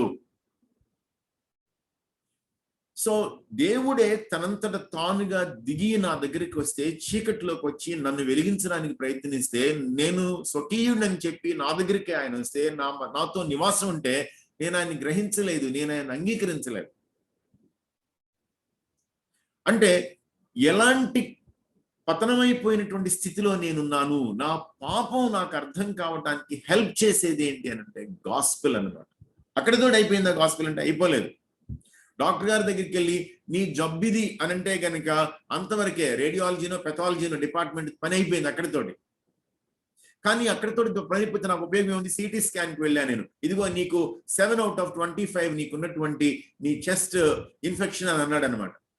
ఓహో, ఇది పరిస్థితి. అంతవరకే నాకు అర్థమైంది. కానీ నాకు అంతవరకు అర్థమయ్యి ఉపయోగపడింది ఏమన్నా ఉందంటే ఉపయోగపడలేదు. ఆ జబ్బు నుంచి నన్ను బయటికి తెచ్చేటువంటి మెడిసిన్ కావాలి నాకు. ఆ మెడిసిన్ చెప్పేవాడు కావాలి, మెడిసిన్ ఇచ్చేవాడు కావాలి నాకు. అది సువార్త. మళ్ళీ మనం సువార్తని చాలా క్రిస్టియన్ టెర్మినాలజీలో పెట్టి యేసుక్రీస్తు ప్రభువుని రక్షకునిగా అంగీకరించటమే అంటే గనక, యేసుక్రీస్తు ఎవరు, రక్షకుడు అంటే దేనికి రక్షకుడు, దేనికి అంగీకరించడం అంటే ఏంటి, నాకు యేసుక్రీస్తుకి సంబంధం ఏంటి, నాకు అసలు రక్షకుడు అనేవాడు కావాల్సిన అవసరం ఏంటి, ఇదేమీ తెలియకుండా మనం కొంచెం ఫైన్ టెర్మినాలజీలో అలవాటు పడిపోయినటువంటి పదజాలంలో పడి మనం వాటిలో కొట్టుకుపోతున్నాం. అవే మాటల్ని ప్రజెంట్ చేస్తున్నాం మనం. This is where you go wrong. నువ్వు ఇక్కడ తప్పు చేస్తున్నావు, నీ ప్రాబ్లం ఈ ఏరియాలో అని మనకి ఎవరైనా చూపించగలుగుతున్నారా అనంటే యేసుక్రీస్తు ప్రభు ద్వారానే సాధ్యం. అది మీలో పాపం లేనివాడు మొట్టమొదటి రాయి వేయండి అని అంటే చిన్నవారు మొదలుకొని పెద్దవారి వరకు అక్కడి నుంచి బయటికి వెళ్ళారంట. ఎందుకు అనంటే ఆ sense of sinful nature, wickedness, fallenness అది ఎవరి సన్నిధిలో అర్థమవుతుంది అని అంటే యేసుక్రీస్తు ప్రభు సన్నిధిలో అర్థమవుతుంది. ఇది సువార్త. నాకు ఇది ఈ సువార్త అనేటువంటి ఈ టోటాలిటీ, ఎంటైరిటీ నాకు అర్థం కాకుండా నేను ఏంటి మాట్లాడేది. యేసుక్రీస్తు ప్రభు దాన్ని ఎలా అడ్రస్ చేస్తాడు? పాపం సరే, ఓకే, నేను పాపినైతే గనుక నా బ్రతుకు ఏంటి అని అంటే, నేను మరణించినటువంటి స్థితిలో, చచ్చిపోయిన స్థితిలో ఉన్నానంటే నేను చచ్చిపోవడం ఏంటి? చచ్చిపోవడం ప్రతి ఒక్కరు చచ్చిపోతాడు. యేసుక్రీస్తు రక్షణను అంగీకరించినాడు ఏమైనా బ్రతుకుంటున్నాడు ఈ భూమి మీద? లేదుగా. మరి ఇంకేంటి చనిపోవడం అంటే ఏంటి అర్థం? ఆ చనిపోవటం అనేటువంటి దాని అర్థం దేవునితోటి నా సంబంధం తెగిపోవటమే చావు అనేటువంటి స్పృహ నాకు కలగకపోతే నాకు ఇంకా స్వార్థ ఏమర్థం అవుతుంది? అందుకేగా కొరింథీయులకు రాసేటప్పుడు పౌలు ఏమంటున్నాడు? యేసుక్రీస్తు పక్షంగా సమాధాన పడమని చెప్పి, దేవునితో సమాధాన పడమని చెప్పి బ్రతిమిలాడుకునే పని అప్పగించబడిందంట మనకి. ఈ దేవునితో సమాధాన పడటం అనేటువంటిదే స్వార్థ అనేటువంటిది మనకు అర్థం కాకపోతే ఎట్లాగూ? ఒకవేళ ఇది అర్థం కాకుండా ఉన్నట్లయితే యూదులు ఏ విధంగా మెస్సియా కోసం ఎదురు చూసి మిగిలిపోయారో, ఇంకా ఎదురు చూస్తూనే ఉన్నారో, మన బ్రతుకు అదే అయిపోతుంది అన్నమాట. మనకి స్వార్థ యొక్క పరిపూర్ణత, సంపూర్ణత, సంపన్నత మనకి అర్థం కావటం లేదు. అందుకే దేవుని రాజ్యం రాబోతుంది అన్నటువంటి ప్రభువు ఇప్పుడు ఏమన్నాడంటే, దేవుని రాజ్యము వచ్చే ఉందని అన్నాడు. అదేంటి వచ్చేసింటే గనుక అది ఎట్లా సాధ్యం? ఓకే, మనం కొంచెం ముందుకెళ్ళిన తర్వాత ఆ విషయాల్ని మనం మాట్లాడడానికి ప్రయత్నం చేద్దాం. సరే, బాగుంది. Kingdom of haven, Kingdom of God మాట్లాడేటప్పుడు ఆ విషయాల్ని నేను చెప్పడానికి ట్రై చేస్తాను. తర్వాత యేసుక్రీస్తు ప్రభుని ఈ సువార్తల్లో ఎలా చూపిస్తున్నారు అని అంటే, ఆయన సేవకుడు. అది మత్తయి సువార్తలో కావచ్చు, మార్కు సువార్తలో కావచ్చు. మనిషి కుమారుడు పరిచారం చేయించుకోవడానికి రాలేదు, పరిచారం చేయడానికి, అనేకులకు విమోచన క్రయధనంగా తనను తాను అప్పగించుకోవడానికి. అంటే సర్వెంట్హుడ్ అనేటువంటిది, సేవకత్వం అనేటువంటిది, పరిచారం చేయటం అనేటువంటిది ఏ స్థాయి వరకు అవకాశం ఉంది, ఏ స్థాయి వరకు అవసరం ఉంది? ఎదురుగా వింటూ ఉన్నటువంటి వాళ్ళకి ఆ మాటల యొక్క సంపూర్ణమైనటువంటి భావం అర్థమై ఉండకపోవచ్చు నిజానికి. అందుకేగా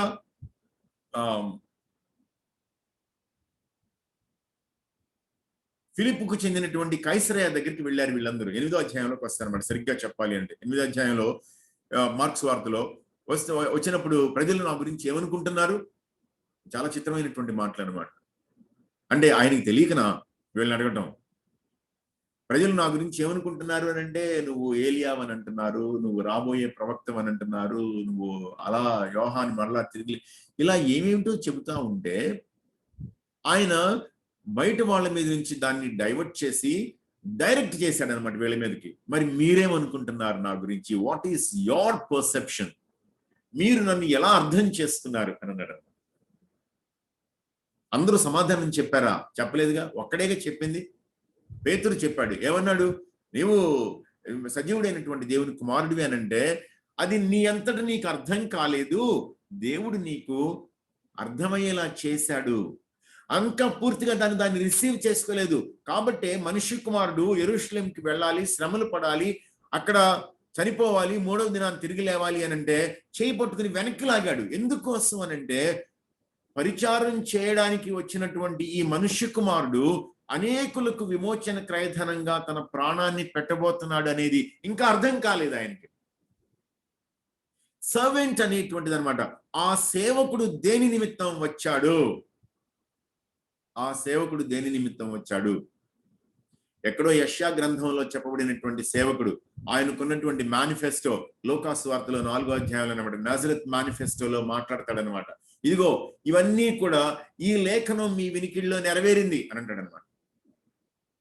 ఆశ్చర్యపోతారు. వీడు వడ్రంగోడి కొడుకు, వీడు సరిగ్గా అసలు యోసేపుకు పుట్టాడో పుట్టలేదో మనకు తెలియదు, వీడి గురించి మనకు అన్ని అనుమానాలే, ఇదేంటి ఇట్లా మాట్లాడుతున్నాడు? కానీ ఆ మాటల్లో ఉన్నటువంటి దయ, అతని ముఖంలో ఉన్నటువంటి తేజస్సు, ఇతనికి పాండిత్యం ఎలా వచ్చింది, ఇలా విపులీకరించడం ఎలా కుదురుతుంది, వాళ్ళకి అర్థం కాలేదు, కంగారు పడిపోయారు వాళ్ళు. సో ఈ సర్వెంట్ హుడ్ అనేటువంటిది యెహోవా చేత అభిషేకించబడినటువంటి సేవకుడు, యెహోవా సేవకుడు వచ్చి హితవత్సరాన్ని ఎలా ప్రకటించబోతున్నాడు? యేసుక్రీస్తు ప్రభు అంటే బంధకాల్లో ఉన్న వాళ్ళకి విడుదల కలిగించాలి, కుంటి వాళ్ళకి ఏమో కాళ్ళునివ్వాలి, నడకనివ్వాలి, గుడ్డి వాళ్ళకి చూపునివ్వాలి, చెవిటి వాళ్ళకి వినికిడినివ్వాలి, చీకట్లో ఉన్న వాళ్ళకి అరుణోదయ వత్సరాన్ని ప్రకటించాలి. ఎలా సాధ్యం ఇది అనంటే, అందుకే ఈ సేవకుడు ఎలాంటి సేవకుడు అనంటే ఎవరి అవసరానికి వాళ్ళకి తీర్చగలిగినటువంటి సేవకుడు అనమాట. అంతవరకు వాళ్ళకు ఉన్నటువంటి సేవకుడు అనే కాన్సెప్ట్ ని అధిగమించింది అనమాట. ఎలా అధిగమించింది? సేవకుడు అవసరమైతే చచ్చిపోతాడు కానీ ఇతరులందరి కోసం ఇతను ఒక్కడే చనిపోవడానికి తగినటువంటి వాడు. ఇతను చనిపోకపోతే ఇంకా ఎవరు చనిపోయినా సరే ప్రయోజనం లేదు, ఎవరు బ్రతకరు అనేటువంటి స్పృహలోకి యేసుక్రీస్తు ప్రభు ద్వారా సాధ్యమైనటువంటిది ఈ స్వార్థికులు చూపించడానికని ప్రయత్నించారు. అందుకే యేసుక్రీస్తుని సేవకత్వాన్ని వేరుపరచడం అనేటువంటిది మనకి సాధ్యమయ్యే విషయం కాదు.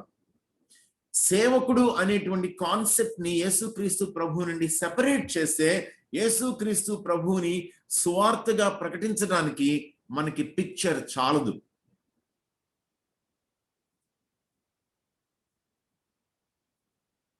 ఓకే, ఈయనే దావీదు కుమారుడు, ఈయనే మనుష్య కుమారుడు. దావీదు కుమారుడు ఎందుకోసం అనంటే దావీదు కుమారుడు రాజుగా రాబోతున్నాడు అనమాట. ఎక్స్పెక్టేషన్, సింహాసనం మళ్ళీ ఒక్కసారి పునరుద్ధరించబడుతుంది అంటే ఎంత కాలం పాటు ఈ ఆలోచన, ఈ ఈ ఈ బలమైనటువంటి కోరిక వీళ్ళని వెంటాడింది అనంటే అపొస్తలుల కార్యాలు 1వ అధ్యాయం వరకు వెంటాడుతూనే ఉంది వాళ్ళకి. ఏది? పునరుత్థానం అయిన తర్వాత ప్రభువుతోటి వాళ్ళు దగ్గర వచ్చి నిలబడి మాట్లాడింది ఏంటంటే, అంతకు ముందేమో యాకోబు యోహాన్లు అన్నయ్య నీకు అటు ఇటు మేము కూర్చుంటామన్న సింహాసనం మీద అన్నారు. ఇప్పుడు వీళ్ళేమంటున్నారు అని అంటే, అయ్యా మరి మరణించిన వాళ్ళ నుండి నువ్వు తిరిగి లేచావు కదా, సింహాసనం మీద ఎప్పుడు కూర్చోబోతున్నావు, ఎప్పుడు మనం పరిపాలన చేయబోతున్నాం. ఎంతసేపు మైండ్ ఎక్కడ అనంటే పొలిటికల్ అండ్ మిలిటరీ లీడర్షిప్ దగ్గర ఆగిపోయినటువంటి మైండ్. యేసుక్రీస్తు ప్రభుని రాజుగా చూడడం అనంటే ఎలాంటి రాజు అయినా, దేనికి సంబంధించినటువంటి రాజ్యం ఇది? అప్పటికే దేవుని రాజ్యం గురించి తాను బ్రతుకున్నంత కాలం చెప్పుకుంటా వచ్చాడు. రకరకాల ఉపమానాల్లో దాని గురించి చెప్పడానికని ప్రయత్నం చేశాడు ఆయన. మంచి ముత్యాన్ని పోలింది, మిగిలినవన్నీ అమ్మేసి తీసుకొచ్చుకుంటున్నాడు దానికోసం. అంటే ఎంత అత్యున్నతమైంది, మనకున్నటువంటి ఈ లోకంలో ఉన్నటువంటి సమస్తాన్ని పోల్చడానికి ప్రయత్నించిన చాలనంత విలువైనటువంటిది. ఆ కాన్సెప్ట్ అనేటువంటిది వాళ్ళకి ఇంకా మనసులోకి ఎక్కలేదు.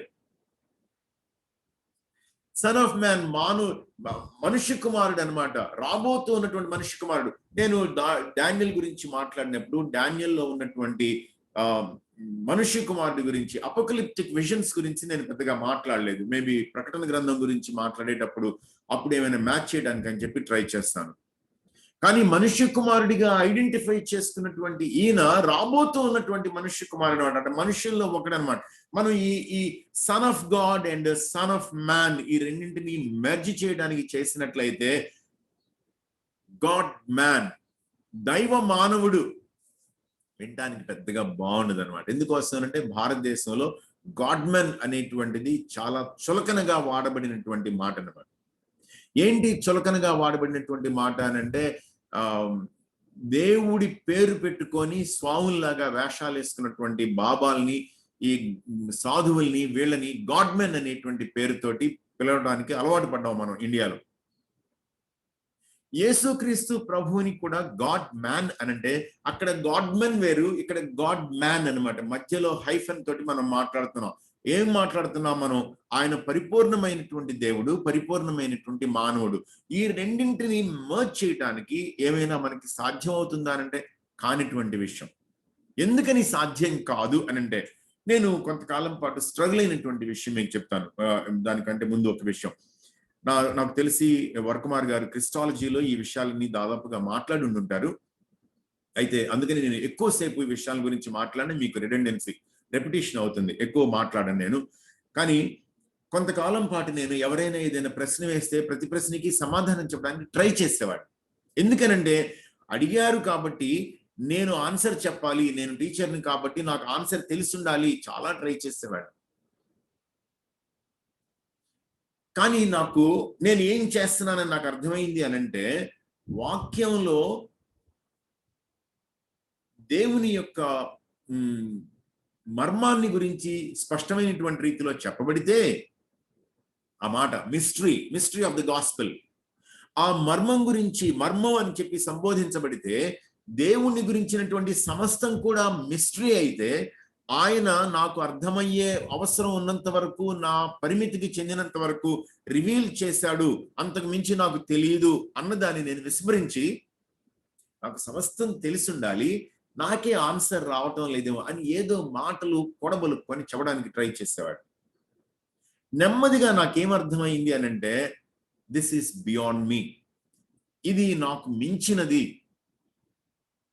ప్రభువు తన చిత్తం చొప్పున, తన ఇష్టం చొప్పున ఈ సువార్తని ఈ కాలంలో యేసుక్రీస్తు ప్రభు ద్వారా ప్రత్యక్షపరిచాడు. అంటే నాకు అర్థమయ్యేటంత వరకే అర్థమవుతుంది, అంతకు మించి అర్థం కాదు. ఎఫ్సీలకు రాసేటప్పుడు 5వ అధ్యాయం చివరిలో కూడా భార్యాభర్తల గురించి, పురుషుడి గురించి, స్త్రీ గురించి మాట్లాడుతూ కూడా ఆయన ఏమంటాడంటే ఈ మర్మము అని అంటాడనమాట.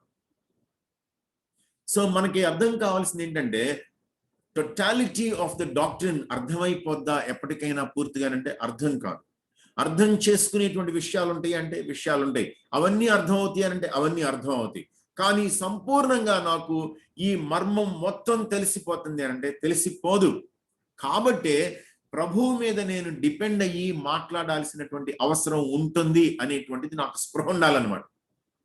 ఈ స్వార్థ మర్మమును గురించి నేను నోరు తెరిచినప్పుడు నాకు ధైర్యం కావాలి, వాక్శక్తి కావాలి, గుర్తుపెట్టుకొని ప్రార్థన చేయండి అని అన్నాడు ఎఫ్సీలకు రాస్తూ చివరిలో. అంటే అర్థం ఏంటి? ఈ సువార్తని ప్రకటించడం కోసం, యేసుక్రీస్తు ప్రభువుని ప్రజెంట్ చేయటం కోసం నాకు సాధ్యం కాదు. ఆ సాధ్యం కావాలి అనంటే ప్రభువే నాకు ఆ వాక్శక్తి, ఆ మాటల్ని ఇవ్వాలి, ఆ జ్ఞానం ఇవ్వాలి. కొరింథీయులకు రాసినటువంటి మొదటి పత్రిక 2వ అధ్యాయం మొదటి భాగం యావత్తు నాకు ఏమి వద్దు, ఏం కావాలి మాట్లాడుతూ ఉంటాడు అనమాట పౌలు. ఇక్కడ కూడా అంతే, యేసుక్రీస్తు ప్రభు గురించి మనకి అర్థం కావాలి అనంటే ఈ సువార్తల్లో మనకి అర్థం అవ్వాల్సినటువంటి విషయం వరకు ఆయన నేర్పించాడు. అర్థం కాని విషయాలు ఏమైనా ఉంటాయంటే ఖచ్చితంగా ఉంటాయి. Take for example Kingdom of God అనమాట. దేవుని రాజ్యం రాబోతోంది. The Kingdom of heaven is at hand అని అంటాడు ఒక చోట. అంటే సమీపంగా ఉన్నది అని అంటాడు. మళ్ళీ కొంచెం ముందుకు వెళ్ళిన తర్వాత ఏమంటాడంటే దేవుని రాజ్యము వచ్చే ఉన్నది, అది మీ మధ్యలో ఉందని అంటాడు. రకరకాల దృక్పథాలతోటి పండితులు 2 వర్గాలుగా చీలిపోయారు అన్నమాట. దేవుని రాజ్యం వస్తుందని అన్నాడు కాబట్టి రాబోతా ఉంది, ఇట్స్ ఎ ఫ్యూచర్ ఆస్పెక్ట్ అని అన్నారు. వచ్చేసింది అని అన్నాడు అని అంటే కనుక యేసు ప్రభు ఆల్రెడీ వచ్చినటువంటి పీరియడ్ లో వచ్చేసింది అని అన్నాడు. కొంతమంది ఏమన్నారంటే 1000 ఏళ్ల పరిపాలనలో యేసుక్రీస్తు ప్రభు సింహాసనం మీద కూర్చుంటాడు చూడండి, అదే దేవుని రాజ్యం అని అన్నారు. అంటే ఎలా అర్థం చేసుకోవాలి మనం దీన్ని అంతటినీ? చివరికి మనకు అర్థం కావాల్సింది ఏంటి అని అంటే, యేసుక్రీస్తు ప్రభు చెప్పినటువంటి రెండూ కూడా కరెక్టే. ఒకటేంటి అనంటే, దేవుని రాజ్యం వచ్చి ఉంది అనంటే ఎవరి మధ్యలోకి వచ్చింది అనంటే, యేసుక్రీస్తు ప్రభువుని ఎరిగినటువంటి వ్యక్తులు ఆ రాజ్య సంబంధులుగా ఈ భూమి మీద ఉన్నప్పుడు ఆయన రాజ్యం ఈ భూమి మీద ఆల్రెడీ ఆవిష్కరించబడింది. మరి ఆయన రాజ్యం రాబోతుంది ఎప్పుడు అనంటే, ఆయన రాజుగా పరిపాలన చేయటానికి, తన వారితో కూడా పరిపాలన చేయడానికి రాబోతూ ఉన్నాడు. Future aspect. ఈ ప్రజెంట్ ఎంత కరెక్టో ఆ ఫ్యూచర్ కూడా అంతే కరెక్ట్. ఈ రెండింటిని కలిపి అర్థం చేసుకోవడానికి మనం ప్రయత్నించాల్సి ఉంటుంది అనమాట. ఒకవేళ చేయకపోయినట్లయితే చాలా ఘనులైనటువంటి వాళ్ళు అనమాట. ఎట్లాగూ అగస్టిన్ లాంటి పెద్దలు, తర్వాత ఆల్బర్ట్ స్క్విట్జర్ అని చెప్పి 19వ శతాబ్దంలో ఉన్నటువంటి ఒక గ్రేట్ డాక్టర్ అనమాట. రకరకాల వాదాల్ని ఇలా చీల్చుకున్నారనమాట వాళ్ళు. అయితే మనం అంత కంగారు పడిపోవాల్సిన అవసరం ఉందంటే కంగారు పడిపోవాల్సినటువంటి అవసరం ఏమాత్రం లేదు. ఏమి భయపడాల్సినటువంటి అవసరం లేదు. సో మనకి అర్థం కావాల్సింది ఏంటి అనంటే, మళ్ళీ అసలు మనం ఓల్డ్ టెస్టిమెంట్ సర్వే నుంచి మనం నేర్చుకుంటూ వస్తున్నటువంటి విషయం, బైబిల్ దేని గురించి మాట్లాడుతుంది, సర్వే దేని గురించి మాట్లాడుతుంది, లేఖనాలు ఆయా పుస్తకాలు దేని గురించి మాట్లాడుతున్నాయి, ప్రవక్తలు దేని గురించి మాట్లాడుతున్నారు, ఒక విషయం గురించే మాట్లాడుతున్నారు, సంబంధం గురించి మాట్లాడుతున్నారు. మళ్ళీ సువార్త దగ్గరికి వెళ్తున్నాను నేను. ఇంతకీ సువార్త అంటే ఏంటి? సువార్త అంటే సంబంధం. సువార్త అంటే పాపం ఎలాగో సువార్త అంటే సంబంధం. ఎందుకని పాపం? దేవునితో సంబంధం తెగిపోయింది కాబట్టి, పాపం చేసి ఆ పాపం మనిషికి దేవునికి మధ్యలోకి వచ్చింది కాబట్టి పాపం. ఇప్పుడు నాకు ఆ పాపం నుంచి విడుదల కావాలి అంటే నాకేం కావాలి అంటే, ఆ పరిశుద్ధుడైనటువంటి దేవునితో, పరిపూర్ణమైనటువంటి దేవునితో, జీవానికి అధిపతి ఆధారమైనటువంటి దేవునితో సంబంధం. ఆ సంబంధం నాకు మరలా పునరుద్ధరించబడాలి. అది నా ద్వారా సాధ్యం అవుతుందా? సాధ్యం కాదు. దేవుడొక్కడే, దేవునికి నేను అనుకుని మధ్యవర్తి ఒకడే, ఆయన క్రీస్తు చేస్తున్నాడు. యేసుక్రీస్తు ప్రభువు శరీరధారిగా కృపాశక్తి సంపూర్ణంగా మన మధ్యలో నివసించి తండ్రి రొమ్మున్నటువంటి అద్వితీయ కుమారుడిగా తండ్రిని నాకు బయలుపరిచాడు కాబట్టి ఆయన ద్వారా నేను తనందరికి అంగీకరించారు, అనగా తన నామమునందు విశ్వాసం ఇచ్చిన వారికి. సువార్త అనేటువంటిది, సువార్త యొక్క ఆస్పెక్ట్స్ అనమాట. మనకి ఇవన్నీ అర్థం కావాల్సినటువంటి విషయం అనమాట. సో ఏం జరుగుతుంది అనంటే, దేవుని రాజ్య స్థాపన అనేటువంటిది భూమి మీద ఎలా మొదలైంది అనంటే, యేసుక్రీస్తు ప్రభువు తండ్రితో నాకు సంబంధాన్ని పునరుద్ధరించడంతో ఈ భూమి మీద ఆయన రాజ్యం ఆవిష్కృతమైంది. నా ద్వారా ఆ రాజ్యం అనేటువంటిది ఈ భూమి మీద కొనసాగుతుంది. అయిపోయిందా ఇక్కడితో అంటే? నో ఫ్యూచర్ ఆస్పెక్ట్ అలాగే ఏమీ లేదు. ఇదిగో మరలా నేను మీకోసం రాబోతున్నాను అని చెప్పినటువంటి ఆయన మరలా రాబోతున్నాడు. అప్పుడు అసలు పాపం అనేటువంటి దానికి ఉనికే లేకుండా నాకు దేవుని సన్నిధి అందుతుంది, దొరుకుతుంది. సో మనకి అర్థం కావాల్సినటువంటి విషయాలు అన్నమాట. నేను రకరకాల విషయాల గురించి నేను మాట్లాడుతా ఉన్నాను. సువార్త గురించి మాట్లాడుతున్నాను. ఆ సువార్తలోకి కేంద్రమైనటువంటి మెస్సియాగా యూదులు ఎదురు చూస్తున్నటువంటి ఆయన గురించి, రాజుగా వచ్చినటువంటి రాబోతూ ఉన్నటువంటి ఆయన గురించి, ఆ రాజు సేవకుడిగా రావటం వలన కలిగినటువంటి ఇబ్బంది కావచ్చు, కలిగినటువంటి ప్రయోజనం కావచ్చు, ఆ తర్వాత ఆయనే సన్ ఆఫ్ డేవిడ్, దావీదు కుమారుడు ఎందుకయ్యాడు, ఆయనే మనిషి కుమారుడు ఎందుకయ్యాడు, ఆయనే దైవ కుమారుడు ఎందుకయ్యాడు, ఆయన గాడ్ మ్యాన్ అనేటువంటి కాంబినేషన్ తోటి ఎట్లాగో జరగడం జరిగింది. సో ఈ విషయాలన్నింటిలోనూ ఉన్నటువంటి వాటి గురించి మనం మాట్లాడుకునేటప్పుడు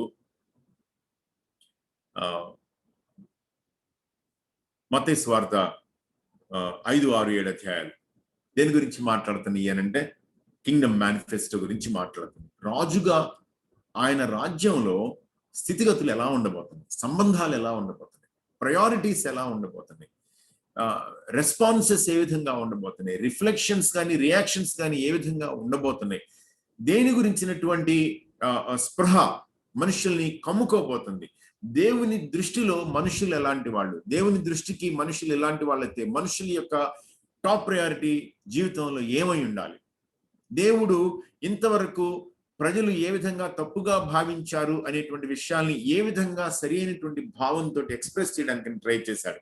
దాన్ని ఏమన్నారు అని అంటే, కొంతమంది కింగ్డమ్ ఎథిక్స్ అని అన్నారు, కొంతమంది ఏమన్నారంటే కింగ్డమ్ మేనిఫెస్టో అని అన్నారు. అంటే దేవుని రాజ్యం యొక్క ప్రణాళిక అన్నమాట. ఆయన ఏమి చేయడానికి ఆ రాజ్యంలో నిర్ణయించుకున్నాడు, ఉద్దేశించాడు. ఇవాళ కొత్త విషయం అది అని అంటే కనుక కొత్త విషయం ఏం కాదు. ఓకే, మళ్ళీ మాట్లాడదాం. ఏం మాట్లాడదాం? మత్తయి సువార్తని ఎవరి కోసం రాశాడంటే యూదుల కోసం రాశాడు. యూదుల కోసం రాసినప్పుడు యూదుల్లో 2 వర్గాలు అనమాట. ఒక వర్గమేమో సద్దూకయ్యులు, ఒక వర్గమేమో పరిసయ్యులు. పరిసయ్యులకి ఎంతసేపు ఏంటి అని అంటే సద్దూకయ్యులు పరిసయ్యులు నిజానికి కలిసినటువంటి వాళ్లే, కానీ వాళ్ళలో తేడా వచ్చేసింది. సద్దూకయ్యులు నెమ్మదిగా పొలిటికల్ మైండెడ్ అయిపోయారు.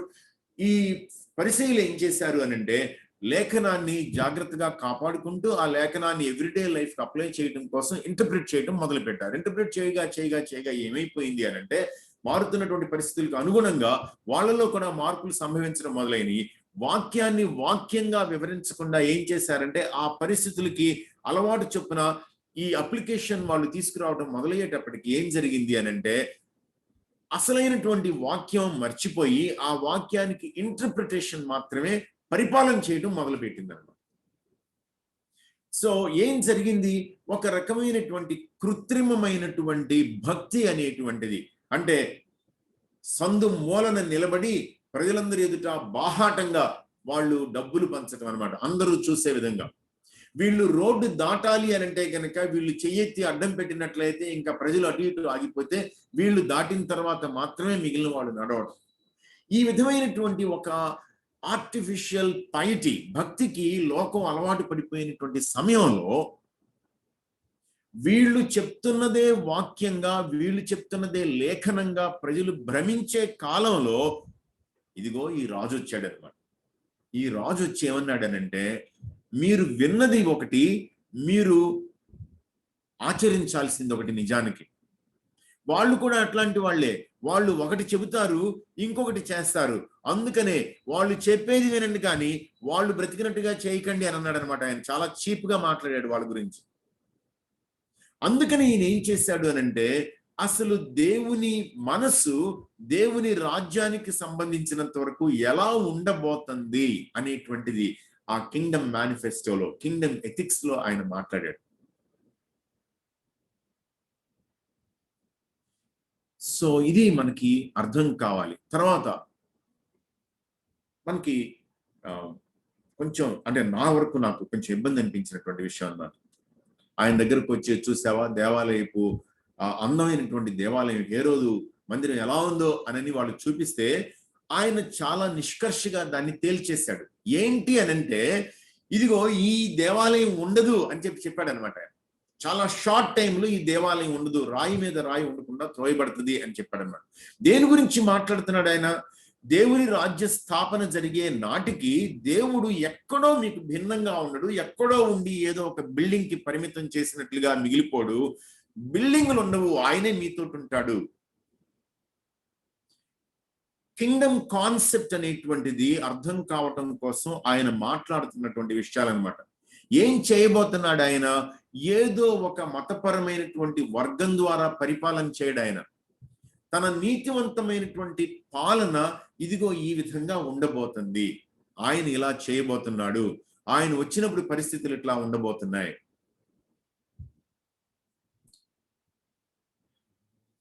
ఓకే,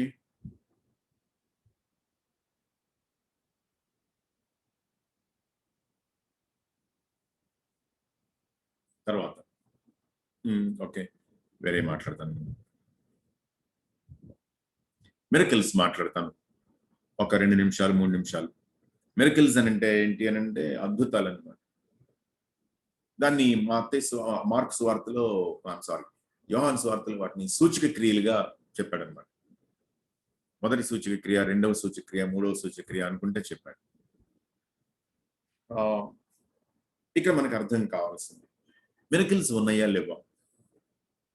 మిరకిల్స్ ఉన్నాయా లేవా అంటే మిరకిల్స్ ఉన్నాయి. యేసుక్రీస్తు ప్రభు చేసిన మిరకిల్స్ అన్ని కూడా నిజమేనా? నిజమే. చరిత్రేనా? చరిత్రే. నీళ్ల మీద ఒక వ్యక్తి నడవడం సాధ్యమా?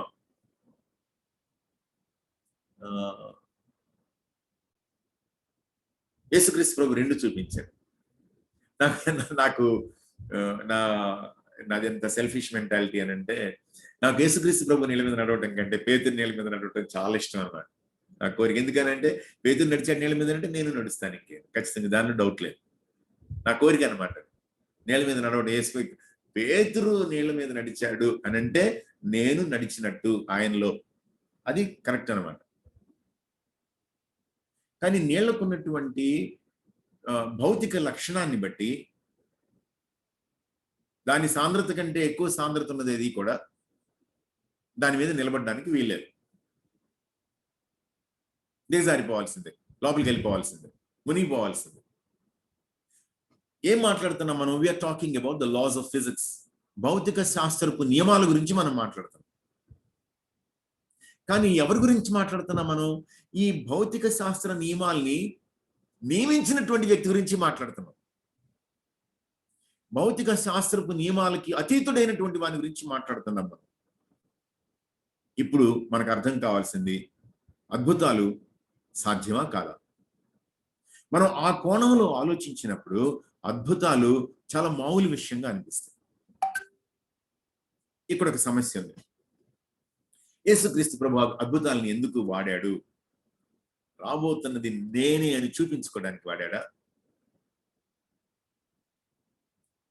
లేకపోతే గనక ఆయన భూమి మీద తనకి తాను సర్టిఫై చేసుకోవటం కోసం ఆయన అద్భుతాలని వాడాడా అని అంటే అలాగేం కాదు. ఒకవేళ అది నిజమైతే ఇవాళ మనకు కూడా ఏం జరగాలి? మనం కూడా యేసుక్రీస్తు ప్రభు పేరు పెట్టుకొని ఆయన పేరు మీద ప్రకటనలు చేయటం మొదలుపెట్టినట్లయితే, వాక్యాన్ని సువార్తని ప్రకటించడం మొదలుపెట్టినట్లయితే మన దగ్గర కూడా అదే విధమైనటువంటి అద్భుతాలు జరగాలి. జరిగితే మాత్రమే ప్రజలు ఏమంటారంటే, అవును ఈయన నిజంగానే దేవుడు పంపించగా వచ్చిన ఆయన. మనకు అర్థం కావాల్సింది ఏంటంటే, యేసుక్రీస్తు ప్రభువుకి అవసరం లేకపోయింది, మనకి అవసరం లేదు. మళ్ళీ చెప్తున్నాను ఈ మాట. యేసుక్రీస్తు ప్రభువుకి అవసరం లేకపోయింది, మనకి అవసరం లేదు. మార్కు సువార్త 16వ అధ్యాయం 16వ వచనం అన్నమాట. ఈ మాటలు చాలా బాగుంటాయి అన్నమాట.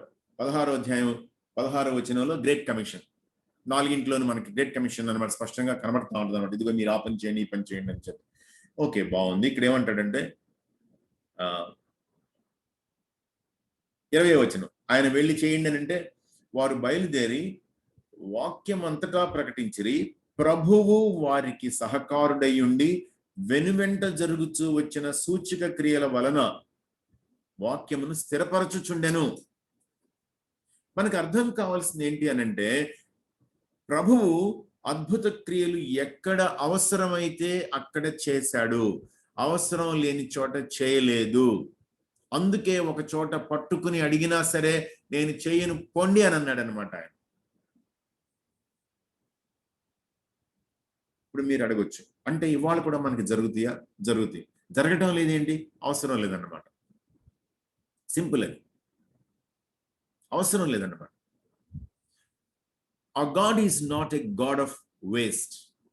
Our God is not a showman. Our God is not a performer. దేవుడు ప్రదర్శించే దేవుడు కాదు, దేవుడు నటుడు కాదు, దేవుడు ఇంద్రజాల మహేంద్రజాల టక్కుటమార విద్యల్ని స్టేజ్ మీద కనబరిచేటువంటి దేవుడు కాదు, దేవుడు వ్యర్థానికి దేవుడు కాదు. దేవుడు ఎవరు అనంటే దేవుడు. ఆయన అనంతమైనటువంటి జ్ఞానం కలిగిన వాడు, అపరిమితమైనటువంటి శక్తి సామర్థ్యాలు కలిగినటువంటి వాడు. తన వాక్యాన్ని ప్రకటించడానికి అద్భుతాలు అవసరమైతే ఆయన చేశాడు, లేకపోతే చేయలేదు. ఆయన శిష్యులు కూడా అంతే. అద్భుతాలు జరుగుతాయా జరగవానంటే ఖచ్చితంగా జరుగుతాయి. ఎందుకు అనంటే సమస్తాన్ని సృష్టించినటువంటి దేవుడు, తన మహత్తు గల మాట చేత సమస్తాన్ని నిర్వహించేటువంటి దేవుడు, ఆ సృష్టిలో జోక్యం చేసుకుని సృష్టిని అటు ఇటు చేసి ఆపగలిగినటువంటి సమర్థుడు. అంటే తేలిగ్గా మనకు అర్థం కావాల్సింది ఏంటి అనంటే, ఖచ్చితంగా మిరకిల్స్ జరుగుతాయి. Miracles logical.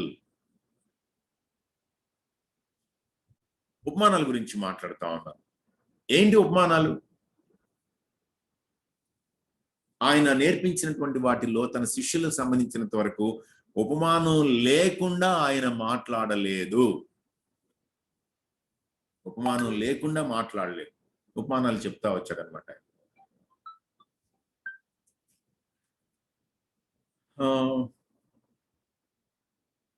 మనకి కనబడేటువంటి ఈ సువార్తల్లో ఉపమానాలు దాదాపుగా 3వ వంతు మనకి కనబడతాయి అనమాట. ఆయన బోధలన్నింటిలోనూ, ఆయన చేసినటువంటి బోధలన్నింటిలో, సువార్తల్లో 3వ వంతుని కాదు, ఆయన బోధలలో 3వ వంతు మనకి ఉపమానాలుగా కనబడతాయి అనమాట. అయితే ఉపమానాలు అందరికీ అర్థం అవుతాయా? ఇక్కడ మనకు అర్థం కావాల్సింది ఏంటంటే, to the outsider parables are secrets, to the insiders parables are revolutions. అంటే సువార్తకి వెలుపల వ్యక్తులకేమో ఉపమానాలు రహస్యాలు, లోపలి వ్యక్తులకి అంటే ఆయనని రక్షకునిగా అంగీకరించి ఆయన శిష్యత్వంలో ఆయన వెనకబడి నడిచేటువంటి వాళ్ళకి ఉపమానాలు ప్రభువు యొక్క ప్రత్యక్షతలు. అది దేవుని రాజ్యం గురించి కావచ్చు, దేవుని గురించి కావచ్చు, దేవునితో మానవునికి ఉండేటువంటి సంబంధం గురించి కావచ్చు, ఏమైనా సరే ఆ ఉపమానాలని ఆయన ఎందుకు ఉపయోగించి చెప్పారు అని అంటే మనకి అవి ప్రత్యక్షతలు, మనకి అర్థం కావటం కోసం. రకరకాలుగా చెప్పడానికి అవకాశం ఉంది. రకరకాలుగా ఏంటంటే కొంతమంది ఏం చేస్తారు అని అంటే ఉపమానాన్ని లిటరల్ అనమాట, ఇంకా ఉన్నది ఉన్నట్లుగానే దాన్ని అలానే తీసుకోవాలి అని చెప్పి. రెండవ రకం ఏం చేస్తారు అని అంటే అలగారికల్ అనమాట. అలగారికల్ అంటే పోల్చి చెప్పబడినటువంటి స్టోరీ కింద ఉన్న ప్రతి ఐటమ్ ని ఎక్స్ప్లెయిన్ చేయడానికి ట్రై చేయటం. కొంతమంది ఏం చేస్తారంటే ప్రతి ఉపమానంలోనూ కూడా ఒకే ఒక్క సత్యం ఉంది, అంతకు మించి ఎక్కువ మాట్లాడడానికి వీల్లేదు అని అంటారు.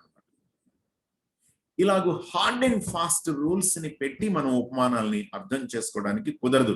ఎందుకోసం అంటే పారబుల్ అనంటే సైడ్ బై సైడ్ అనమాట. పారలల్ ఫేబుల్ అంటే సమాంతరంగా పెట్టబడినటువంటిది, ఒకే విధంగా చెప్పబడినటువంటిది. అంటే దీన్ని అర్థం చేసుకుంటూ దాన్ని అర్థం చేసుకోవాలి అని చెప్పి, అంటే ఒక సత్యాన్ని ఆయన మనకి చెప్పబోయేటప్పుడు దానికి పోలినటువంటి కథను ఒకదాన్ని, ఉపమానాన్ని ఒకదాన్ని ఆయన మనకి అందిస్తున్నాడు, అనుగ్రహిస్తున్నాడు అని చెప్పనమాట. కొంతమంది ఏమంటారు అని అంటే ఉపమానాన్ని ఇట్స్ ఎ లాంగ్వేజ్ ఈవెంట్ అని అంటారు. అంటే భాషా సంబంధమైనటువంటి ఒక సంఘటన అంటారు అన్నమాట. అంటే ఏంటంటే ఇద్దరు వ్యక్తులు మాట్లాడుకుంటూ ఉంటే ఒక వ్యక్తి మాట్లాడుతూ ఉండగా రెండో వ్యక్తి దాన్ని విని దానికి స్పందించడం, ఈ వ్యక్తి స్పందించగానే యువతల వ్యక్తి విని మళ్ళీ దానికి స్పందించడం. It's a language event. అంటే అర్థం ఏంటంటే యేసుక్రీస్తు ప్రభు ఈ స్టోరీ చెప్తూ ఉండగా, ఈ పారబుల్ చెప్తూ ఉండగా how do I respond to it, అంటే ఉపమానం అనేటువంటిది నా నుండి ఒక స్పందనని డిమాండ్ చేస్తుంది అని చెప్పి, నేను దీనికి ఏ విధంగా స్పందించాలి అని చెప్పి, అతి తక్కువ మాటల్లో అత్యంత లోతైనటువంటి భావనని ప్రభువు చెబుతూ ఉంటే దానికి నేను ఎలా స్పందిస్తున్నాను.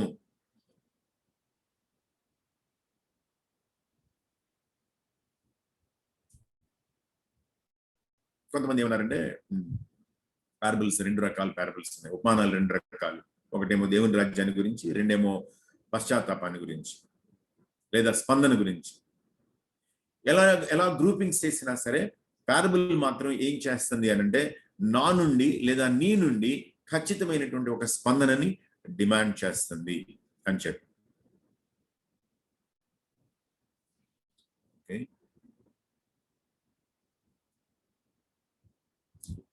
సత్యనారాయణ గారు ఏమని పెట్టారంటే పారబోలా అంటే ఏంటంటే it is a worldly story with heavenly meaning.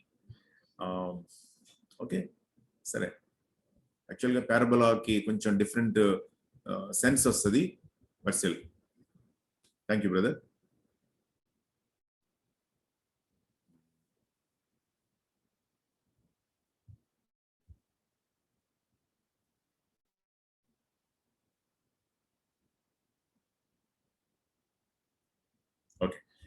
Okay, ఒకే విషయం మాట్లాడి ముగిస్తాను నేను. 24 అయింది.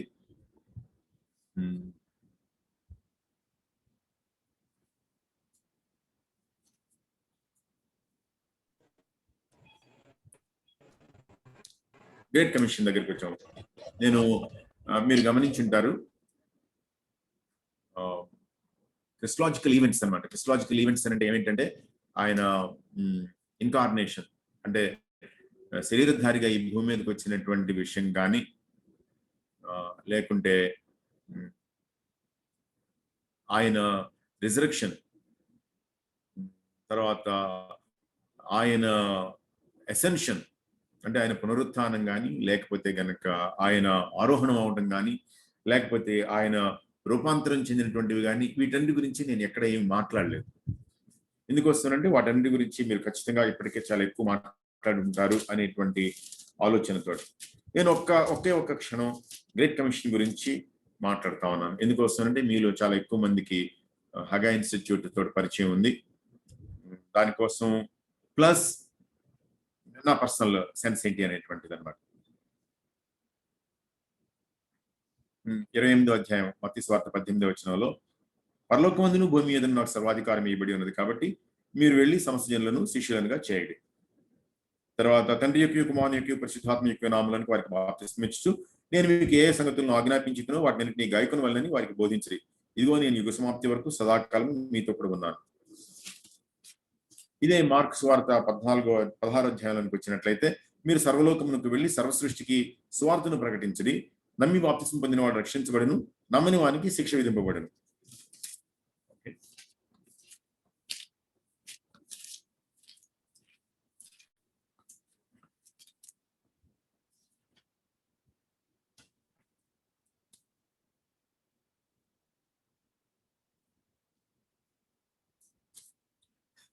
ఆ 24వ అధ్యాయం లూకా సువార్త 46వ వచనం, క్రీస్తు శ్రమపడి 3వ దినమున మృతుల నుండి లేచినయు యెరూషలేము మొదలుకుని సమస్త జనములలో ఆయన పేరట మారు మనస్సును పాపక్షమాపణయు ప్రకటింపబడుననియు వ్రాయబడి ఉన్నది. ఈ సంగతులకు మీరే సాక్షులు. ఇదిగో నా తండ్రి వాగ్దానం చేసినది మీ మీదకి పంపుచున్నాను. మీరు పైనుండి శక్తి పొందే వరకు పట్టణంలో నిలిచిండని వారితో చెప్పాను. ఇంకా చివరికి యోహాను సువార్తలోకి వచ్చేస్తే,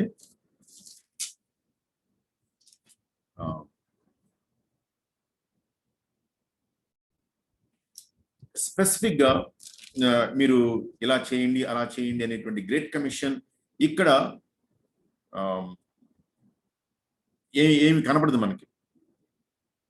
మీరు గమనించినట్లయితే 20వ అధ్యాయం 22వ వచనంలో చూసినట్లయితే, పరిశుద్ధాత్మను పొందుడి, మీరు ఎవరి పాపం క్షమింతురో అవి వారికి క్షమింపబడును, ఎవరి పాపములు మీరు నిలిచుండనితురో అవి నిలిచుండని వారితో చెప్పాను.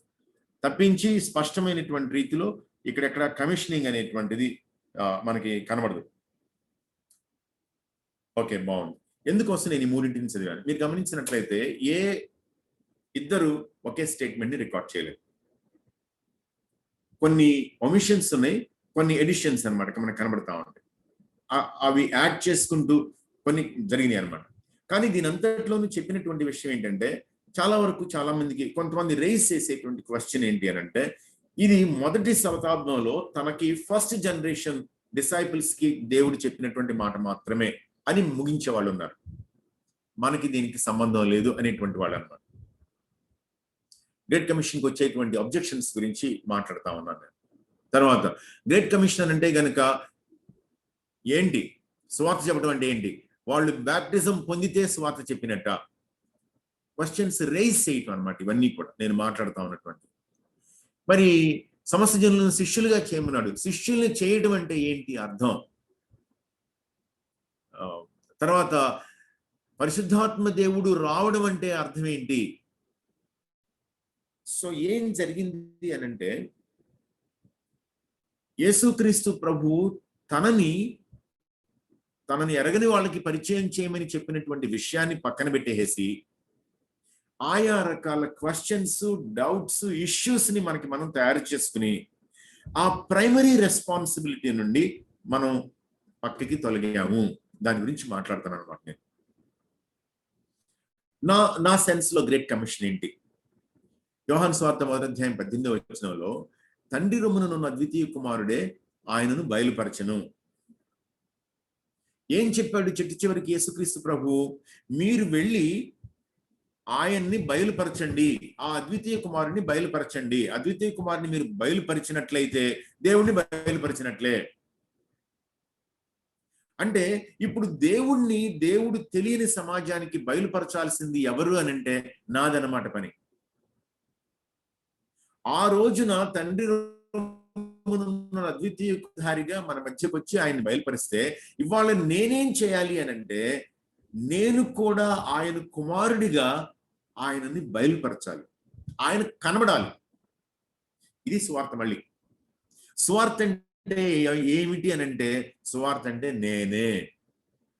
సువార్త అంటే నా మాటలు, సువార్త అంటే నా పనులు, సువార్త అంటే నా ఎవ్రీడే లైఫ్. ఇందులో ఏం కనపడాలి? యేసుక్రీస్తు ప్రభు కనపడాలి. ఇందులో ఎవరి ప్రభావం కనపడాలి? యేసుక్రీస్తు ప్రభు ప్రభావం కనపడాలి. ఇందులో ఏం కనపడాలి? దేవునికి పాపం అంటే ఉండేటువంటి అసహ్యం కనపడాలి. ఇందులో ఏం కనపడాలి? నేను దేని నిమిత్తం ఏవి చేయడానికి అని చెప్పి నా కోసం సత్క్రియలు సిద్ధం చేయబడియో ఆ సత్క్రియలు నా ఎవ్రీడే లైఫ్ లో కనపడాలి. ఈ నీతి నాది కాదు, ఆయన నుండి నాకు సంక్రమించింది అనేటువంటి విషయం అర్థం కావాలి. రూపాంతరం అనేటువంటిది ఎప్పటికో కాదు, ఈ భూమి మీద సహితం సాధ్యం అనేటువంటి విషయం కనపడాలి. ఇది సువార్త అనేటువంటి.